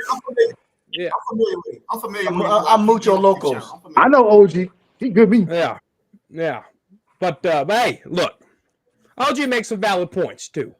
And as a Cowboy fan, there's two ways to look at it. Either you check all the boxes and you still be a fan, or you don't check a lot of boxes until you get what you want, but you're still a fan. I'm one of them. I don't just check the unicorns. I don't check the rainbows. I don't look for the pot at the end of the rainbow. That's not what Cowboys Corner does. That's not what OG does. And I'm not speaking for you guys, but I don't know if that's what y'all do. But when you see a problem, when you see the house is on fire, you got to call 911. You got to speak up. When you see fire at the Cowboys level, even as a fan, a fanatic, you gotta call 911. You gotta tell it how it is. You just can't sit there and say, "Oh, the house is burning. It's fine. Go get the marshmallows. Go get some Hershey's. Go grab. We'll make some s'mores with this fire." Hell no. How do we put out the fire, right? And so, the Cowboys, they're a fire. And, you know, there's a lot of problems. We just talked about the general manager. We just talked about, you know, last week when I was here, we talked about the GM. We talked about coaching. We talked about players. Because when you boil it all down, that's what I mean, there's a chain of command to this, right? You just can't go from Jerry to players. There's a lot of coaching involved in this. And so I didn't want Mike McCarthy gone. Mike McCarthy left. I checked that box. Jason Garrett, the clapper. I've been wanting that guy gone for a long time. That was one of Jerry's biggest mistakes. Top 5 mistakes. Keeping Jerry here or keeping Jason Garrett here for a decade. 10 years. That box got checked, right? So when you look at it, I mean, hindsight's 2020, right? The last topic you guys just talked about was, okay, they're just going to argue about the next quarterback. We are if he doesn't get the job done because there's still a fire. There's a long-lasting fire. You can't be content. You just can't. And the Cowboys' problem is they don't go to the next guy. They haven't drafted a guy to replace Dak. They drafted Dak in 2016 because Romo was coming off that collarbone injury, right? So they knew Romo's time was down up. So when are you going to cut the bull crap and go draft a guy? Let's watch him in the preseason. Let's quit trading for these quarterbacks and go draft a guy. If Schottenheimer's going to be your coach for 4 years, you can tell me that. Don't go get Joe Milton. Go draft me a quarterback. I don't care how bad or how good this quarterback draft is. Put a foot forward in front of the other and go develop. Go develop instead of a quarterback going system to system to system. Get the one guy, get him in the system, and let him develop. Because when Prescott goes down, which his injury history says he probably will, that guy can step right in and go play just like that. Now, Joe Milton has to come in here, learn this offense, work on the other things. The Patriots are working on X. Now the Cowboys got to work on Y and Z with them, right? So that's just going to mess up his development even more. Go draft a guy who's raw and that can work with you under the wing, and let's go win football games. So at the same time, I mean, I know it's on a different level, but you're learning a different system as we speak. You know, whether you're getting a rookie coming out of college or you're getting the guy coming from New England. One thing that you do have with the guy coming from New England is that you have the NFL experience over a year. You know what I'm saying? He played one game. You do have some development behind the scenes. Did he get a lot of action in game? No, he didn't. Preseason and that one Buffalo Bills game. That was all she wrote. But at the same time, he had the college experience as well as the rookie that you're going to draft this year. The only thing that separates them is a year. I can see if you were talking about like, let's not go out to free agency and get this 33-year-old quarterback. Like we got a 31-year-old one. We don't need that. So I understand them going out using a 5th round compensatory pick to get this guy because that's what they were going to use to begin with. You know, I think they were going to use the 5th round compensatory pick to even draft a person. Hey, what? Hey, Angry. I do want to pick your brain corner. Hey, CJ said right here, it was funny. I just wanted to acknowledge it because it made me laugh, man. He said, why the fuck is it always the quarterback fault? My daddy got my daddy got, what is that? My daddy got 4 different baby mamas. Is that my mama fault? Damn. You know what? To a T, to a point it is. Are you the 4th child? Because your mama should have known he already had 3 baby mamas after that. So are you the 1st child? Or are you the 4th child? Because to a certain extent, it might be your mom's fault. I had to acknowledge that, but hold on. I want to say something. Go ahead, Andrew. I just want to say this real quick, and we talk about the fire. We talk about the fire as if the quarterback's the one that's bringing the fire to the house. The house is already burned down. What we're doing is continuously putting logs on the fire, pretty much. It is a systemic issue that is within the fabric of this organization that has to be changed. A championship fabric has to come back within this building, and I don't believe we've had it. We've had more of a marketing value for the Dallas Cowboys as far as the heads go. But so, I want to say something. Hold on. I want to say something what Corner said though. He said, "You said it don't matter what quarterback it is, just bring them in here and draft and develop." That's kind of like what you said. Well, that's what the Dallas Cowboys just did. Hold on, that's exactly what they did. You said you draft and develop. That's exactly what they just did. They just traded for a young quarterback. He's gonna be behind Dak. You can develop him. You know what I'm saying? He was drafted last season, so he's still young. Developing. That's basically what you said. It's just they didn't do it in the draft. You know what I'm saying? And they didn't really give up a lot for him. So it's the same thing. Because in order to get a decent quarterback on average, it's usually going to be a high draft pick. I know about the Tom Brady 6 rounds, the Dak's the 4th, the Tony Romo undrafted. We get that. You know what I'm saying? But on the average, it's usually going to be a high round, first round pick to get like mostly a decent quarterback. Most of them. Not all the time, but most of the time. You know what I'm saying? So what we did is we brought in a young quarterback, and now you can just develop him, like you just said. And we probably would have drafted a quarterback in the 5th round anyway. We did exactly what you said that you wanted. Yeah. No, we didn't. We didn't draft a guy. We didn't draft a guy. What's the difference? Schottenheimer was an offensive coordinator, probably not even in the scouts meeting room when Joe Milton was discussed at Tennessee. So how much does Schottenheimer know of this guy? Unless Clayton Adams, Connor Riley, these assistants, offensive coordinators, unless they know something about Joe Milton. You know what I'm saying? So that's why is this a Schottenheimer call, or was this Jerry Jones being cheap Jerry? Schottenheimer should be able to bring in his guy. It probably was one of those daggone because we got a lot of young coaches coming from the college rankings.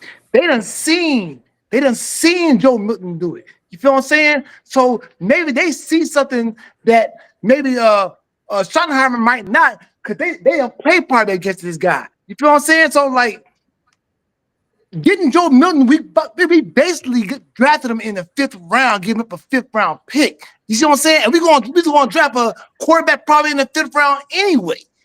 You know what I'm saying? Because we need more players besides the quarterback right now. That's what I'm saying. Yeah. See, Jerry got y'all fooled. So we're going to sit here and be content that we got an ex-NFL player on a cheap, and that's our draft pick. No, he has 3 years left on his deal. A draft pick would have had 4 years. See what I'm saying? You have to keep that mentality out of your brain because you're losing a year under his contract. I would rather have 4 versus the 3. And there's no guarantee Milton's going to be here for the 3 years. He can look like Trey Lance in the 3rd preseason game, and he gets bumped back to the 3rd just like Trey, and he's gone next year. So we got to keep that mindset aside. We lost a year, and we lost a draft pick for a guy that can maybe do it. Yeah, but I was just touching on what you said, draft and develop. Why they can't develop him? What if he is a quarterback, not ready now, but he's going to sit behind Dak for a year, maybe 2. That's the $1 million question. The what if? We don't know. We gotta look at him. Trey Lance didn't have a bad preseason game, the first game, the second game, and that 5th game came and he threw 5 interceptions. So we gotta look at the evaluation as a whole, right?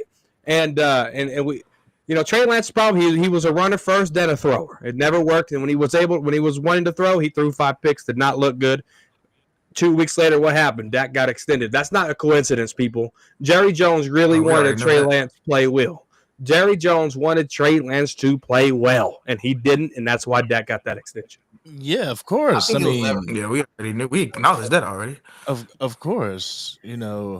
Just for the simple fact that if Trey Lance comes in, balls out of control and shows that he can run that offense, then it's great for everybody. It's great for the team to have that cheap quarterback. So yeah. Yeah.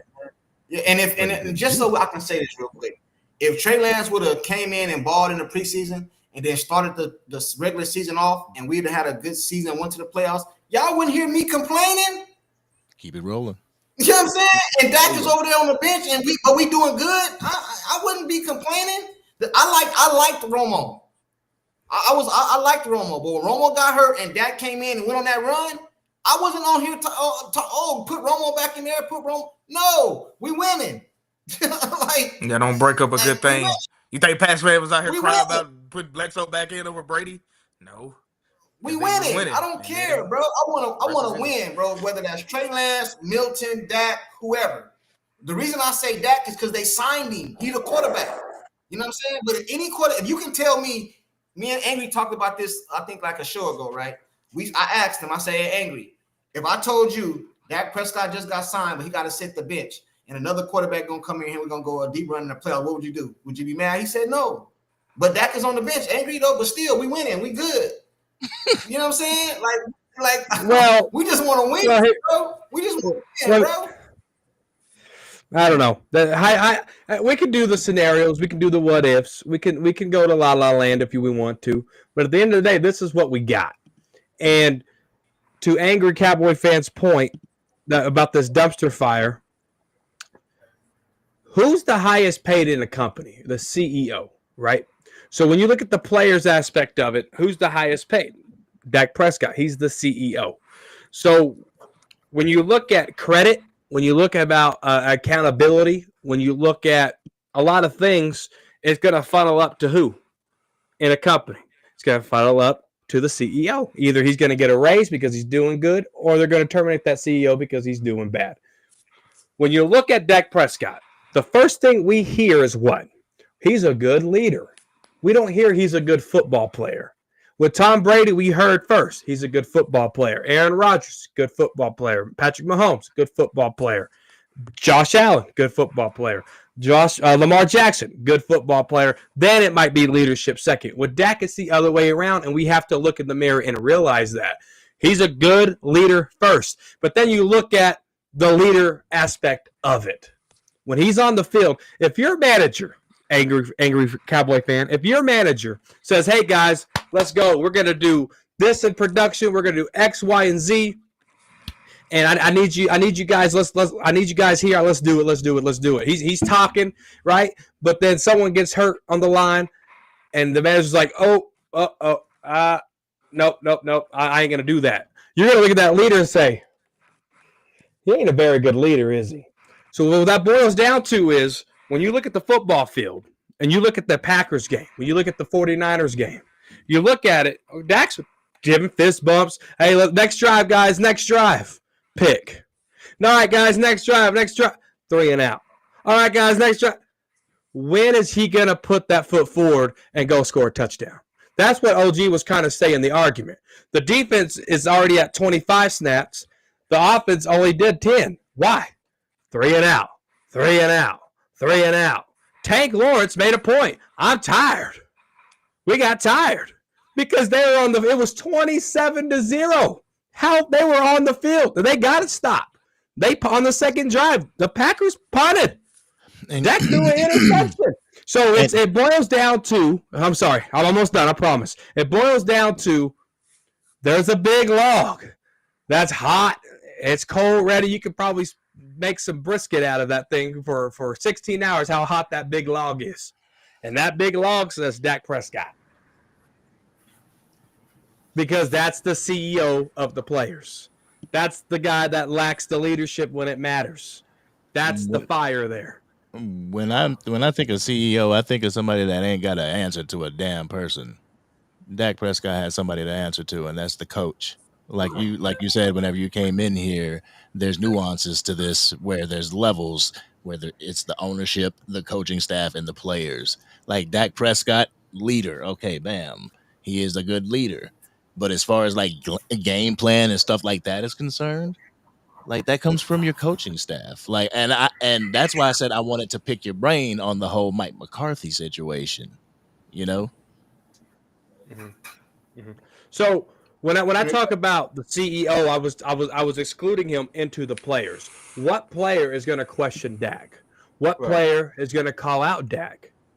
See what I'm saying? There's no. I bet that defense wants to so bad, right? But they're not going to do it. That's what I was saying. Big just cussed them out on a 2-a-day practice field, and a hot mic caught it. We would have never known Diggs caught him that if it wasn't for the hot mic. I need someone to go into that game. Go on the. You know how Des Bryant was all animated and did. Go in Dak Prescott's face and go get damn animated. Slap the dog shit out of him. Tell him to wake up because he's playing like horse shit out here. When I talk about the CEO, I'm talking about peers. I'm talking the coaching. Who's going to hold Mike McCarthy accountable? Schottenheimer was shaking his head at meetings disagreeing with Mike McCarthy. There was somebody speaking up there, right? Stephen and Jerry have to answer to the media, and the media holds them accountable. What players in the Cowboys locker room is really holding Dak Prescott accountable for his actions. There's not one. And if there is one, I would like to know. Got that contract, and I do what I want to do now. I don't care what nobody say. This is how I feel. If I throw a pick, I throw a pick. I don't care. I know I'm going to come back on the field. I know I'm going to play the next pick. If I throw another pick, I'm going to come out and play again. And if I throw another pick, I'm going to come out and play again. Nobody said I'm going to bench your ass for playing horrible. When we start seeing that, that's when we'll know we see change.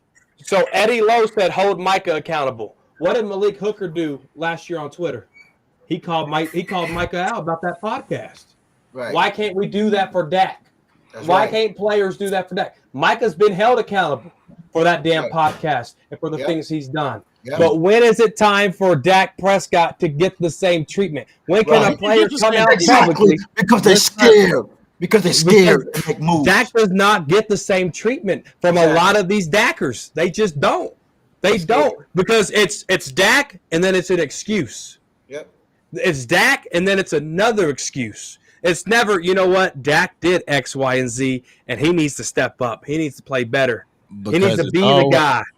It's always this thing, like, you can see all the wrongs, but you just can't see what does go right. And of course, we haven't made it to an NFC championship past the divisional round or whatever, but it's like everything that somebody says, it's a negative, as if he doesn't know, he doesn't even know football.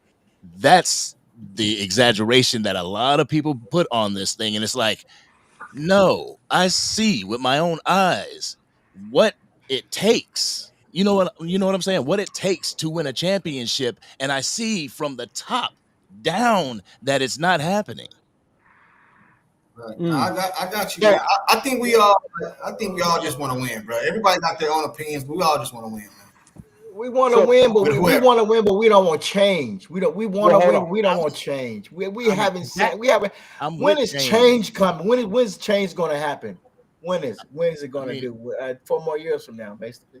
I mean, I'm with change. If he regresses to a point where you're just looking at it and it's like he is the sole reason why we are losing. The sole reason, because we went out through last year, and what was the complaint? The complaint every game, because we seem to, it's shocked us, it surprised us in the Green Bay game that we didn't come out on all cylinders. The entire season we sucked in the first quarter, coming out in the second quarter, scoring. Third quarter, sometimes remained scoreless, and then the fourth quarter, this explosion. That was the 12-5 seasons, and people were cool with that. You know, I'm sitting back saying that, no, we need to straighten up. Do you think that's a quarterback issue, or is that an entire scheme issue? Whoa. You just said if we see Dak do what now? What was the word you used? If we see Dak, and next year you said if we see Dak do what now? Digress? Like regress. Regress. Okay. He got injured this year, and no, hold on. Talk about. He played 8 games before he got injured. Time out. Hold on. He was 3-5, and he was on pace for 18 interceptions. What does that tell you? Is that regressing? Right. Yeah, that's regressing for a season, my dude. Like for a season. So it's like you can only what? You can only have we one. saw the Cowboys go 3-5 before and finish 7-1. So like, what are we getting at here? Like, you can't try to bake games off of like, it's unfortunate he went down, but what if he turns it around like he did the same time they had a 3-5 start? Like, we can't try to, like, y'all kill me with this Dak hate. It's not really hate because it's fair criticism. Nobody's above criticism.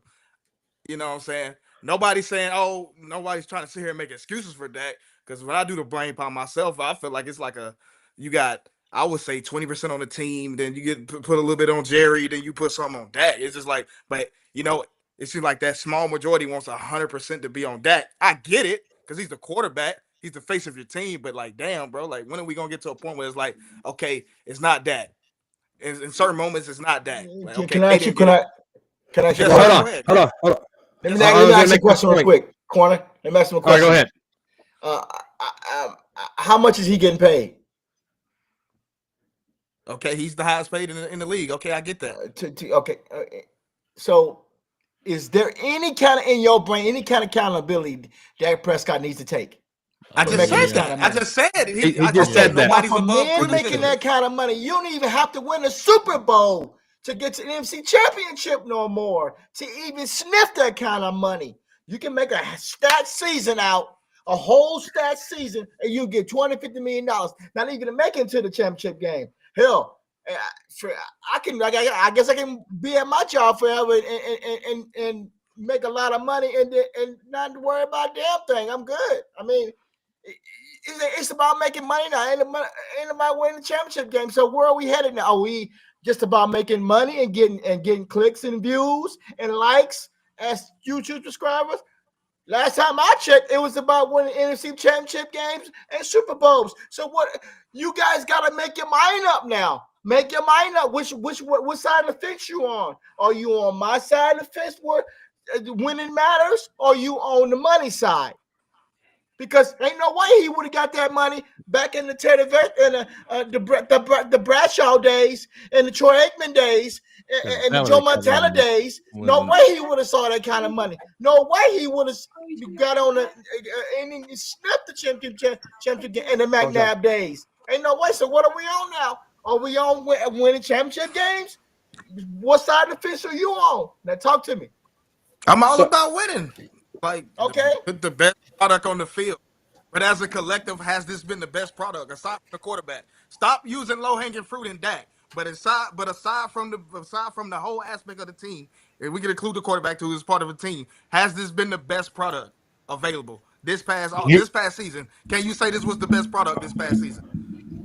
You can't simplify it to one season because they didn't even go to the playoffs this year. They got the 12th pick in the draft. What you have to talk about is being the only team to win 36 games in 3 years and not even make it to an NFC Championship game. The Cowboys hold that record, and the guy that was throwing those interceptions to Green Bay, he scored for the Packers before he scored for the Cowboys. Right? Where's the accountability for that? It was 27-0. I get it. They went down the field that first drive, and penalties helped them. Two penalties helped them on that first drive. They went down there and scored. The second drive, what happened? The defense forced the punt. Dak threw the interception. You go to Twitter.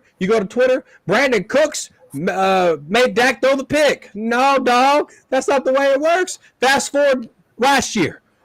CeeDee Lamb wasn't throwing red zone interceptions. Where was the accountability on that? Where was the accountability at the bye week that Brendan Aubrey had more points than Dak Prescott? He had 53 points. Dak had 50 points. Where's the accountability? We got to stop looking at these Madden NFL fantasy stacks. We have to start looking at the facts. He's regressed already. He can't stay healthy. We're talking about a 32-year-old quarterback who already has cinder block feet that can't even run. Sounds of the sideline. Dak Prescott's watching tape. He goes, oh, man, I need to pick up my feet more. What? What are you talking about? You got to pick up your feet more. You're the one running the ball. Corner. Let's say we agree with everything you just said. You should. That's facts. But they signed him. Hold on, no. But they also signed him, which is facts. So why do we completely I don't. That's where it lose me at because I didn't sign him. You didn't sign him. Jerry signed him. It's Jerry team, which I don't agree with Jerry all the time. He signed him. So now why are we talking about what he don't do? When it should be what we need to do to put ourselves in the best position to be successful. And if not, and if we just not gonna be successful, then I'm not saying you or OG, but Cowboy fans shouldn't just watch the game then because he signed. It's nothing we can do about it, bro. Nothing. We can say he trash. He haven't got it done. He got center block feet. He throw interceptions. All this he signed. So it's nothing we can. What are we gonna do? No. This is what I want. Go ahead. This is what I want. This is what I want, Sports Junkie. This is what I want. I want accountability. That's what I want. I'm tired of hearing the excuses for this quarterback. I'm tired of y'all should be tired of thinking of excuses. It's like I got a book. It's a Dak excuse Bible. It's like, come on now. We'll call it the Bible, the Dak instructions before leaving excuses. That's what we're gonna call it, the Bible. All right, so we have to hold some accountability here. Angry fan, What's happening? how do you think you can hold Dak more accountable? Yes or no? To your degree, no, but I do hold accountable. See, that's the problem because last year, offseason, what was it? Oh, Dak was second up in MVP. What's the standard? We've lost for 30 years and we forgot the standard. And as Cowboy fans, hang the damn banner up right next to the 5 banners that say Super Bowl champions and put second in MVP vote. Matter of fact, let me pull up this tweet real quick because this was ridiculous. This is the type of stuff that I hate to see. Give me 2 seconds. I promise I'll pull it right back up. This guy tweeted, underrated. Cowboys superstar quarterback Dak Prescott has a 33-8 career record against the NFC East. Dak Prescott has a record of 9-4 against the Eagles. What does that mean? What does that matter? So let's just hang those banners up too. Right. Because he forgot one record, 2-5 in the playoffs. Argue those numbers. I get what you're saying, but you can't argue those numbers. Go ahead. Now, go ahead, Junkie. Go. No, I said now that you said all that, you read all those facts, but he's still signing. Okay, check this out. So why are we arguing about it? I don't get it. Because he don't get enough. I didn't sign him. Angry didn't sign him. And that's fine. That's a cop-out argument, sports. That's a cop-out argument because I need you.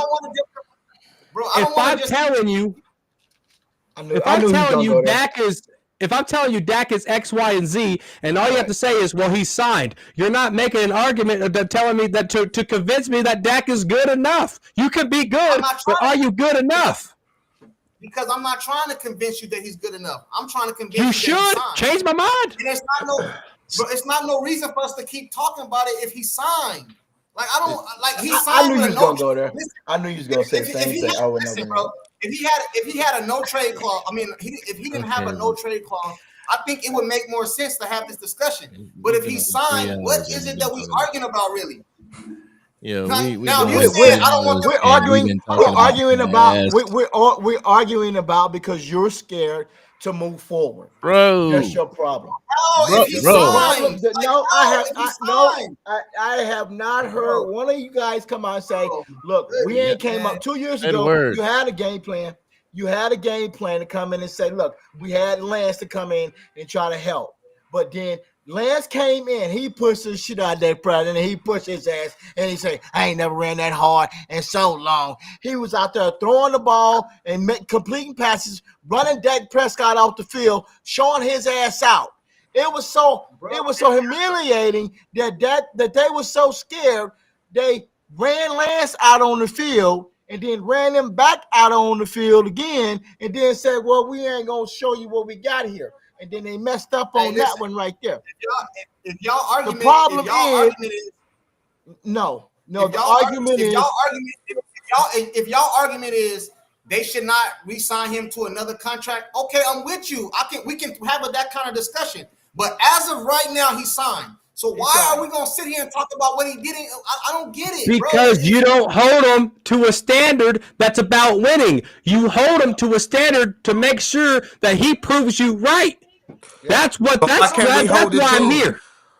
Why can't we just hold the team to that same standard? Like, why do we always have to single out Dak? That's what Junkie get to. That's what Angry Check this out. That's what I'm gonna keep getting at. Like I said, nobody's above criticism. Not even Tom Brady, 7-time Super Bowl champ, is above criticism. He played bad his last year, but that doesn't change the fact that he's still not the GOAT. You know what I'm saying? Nobody's above criticism. I can hold Dak accountable, but I'm not going to sit here, oh, Dak is trash, Dak is this, Dak is that, Dak is all. No, I'm just not going to do that because it takes 22 guys, 11 on offense and 11 on defense, to get things done. Have there been games where Dak did not show up? Yes. Has there been games when the defense didn't show up? Yes. Have there been games, even though they're season games, not really playoff games, but has there been games as a collective where they put it together on both sides that they got it done. Like, yes, it's been my. Have you been? Let me ask you this question. Have you been happy? The talk of the Cowboys should be, what can we do in free agency in the draft to put the whole team in a position to be successful? We sitting up here arguing about what Dak didn't do when he signed.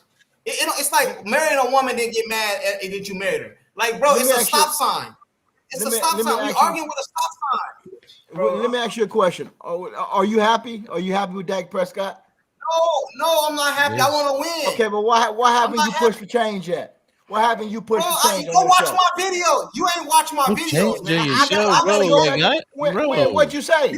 I'm asking you now. What'd you say? I don't criticize that when he threw all them interceptions and all kind of shit. Go look. Okay, it's in there. Then. The proof is in there. The proof is in there. All you gotta do is go type in Sports Junkie and go look at my videos when I'm criticizing that. But he signed, bro. So what is so what do you want? Okay, let me ask you. What do you want from him right now? We about to wrap this up, dog. What do you want from him right now? What I want right now is in the draft, skill positions in the draft to try to better this team. No. What do you want from Dak Prescott right now? What do you mean? What I want?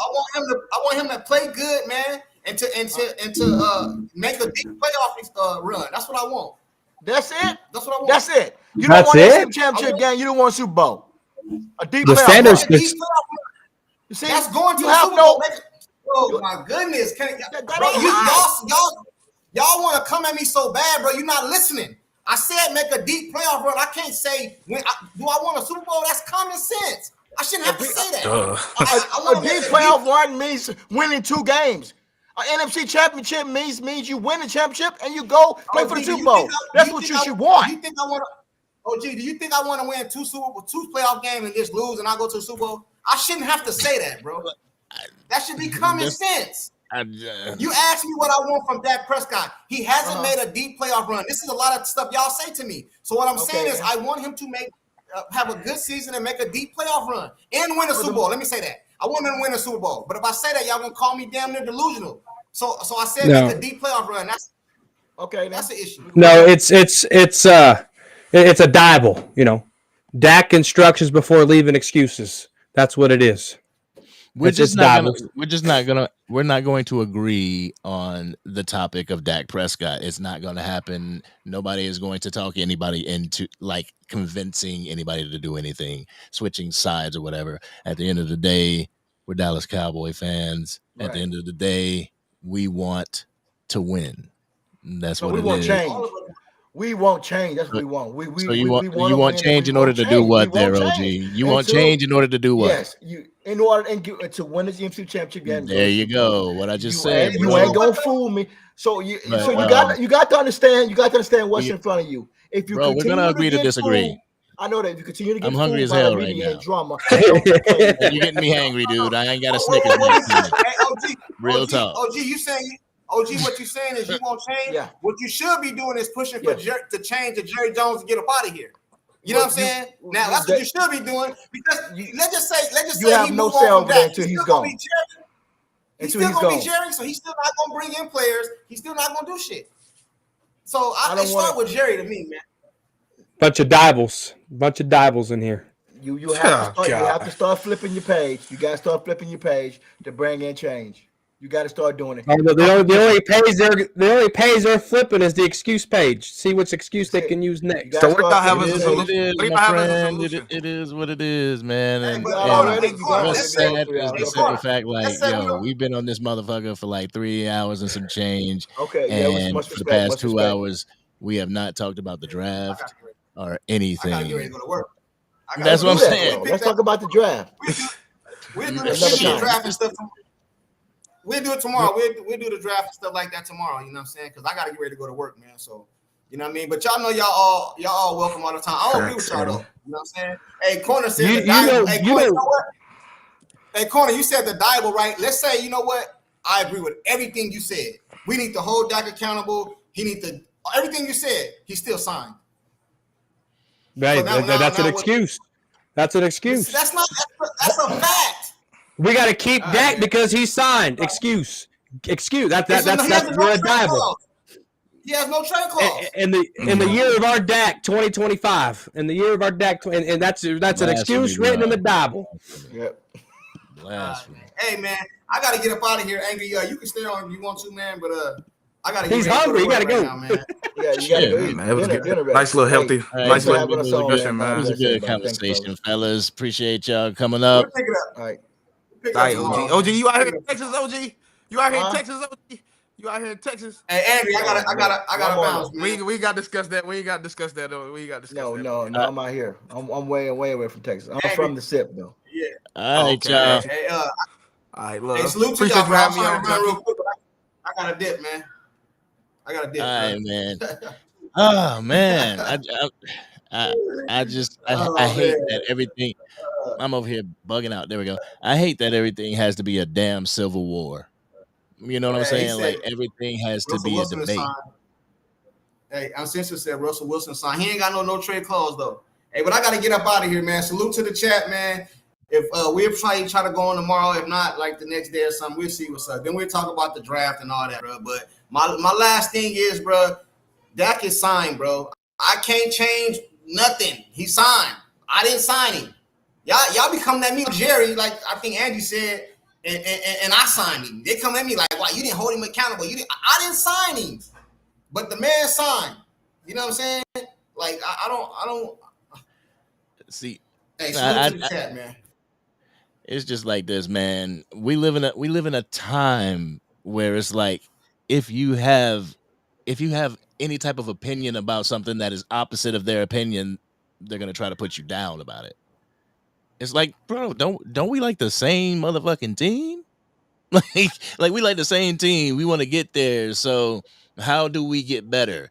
Oh, well, Dak didn't do this in 2000, blah, blah, blah, blah, blah. That didn't do this in third grade. It's like, how can we get better now?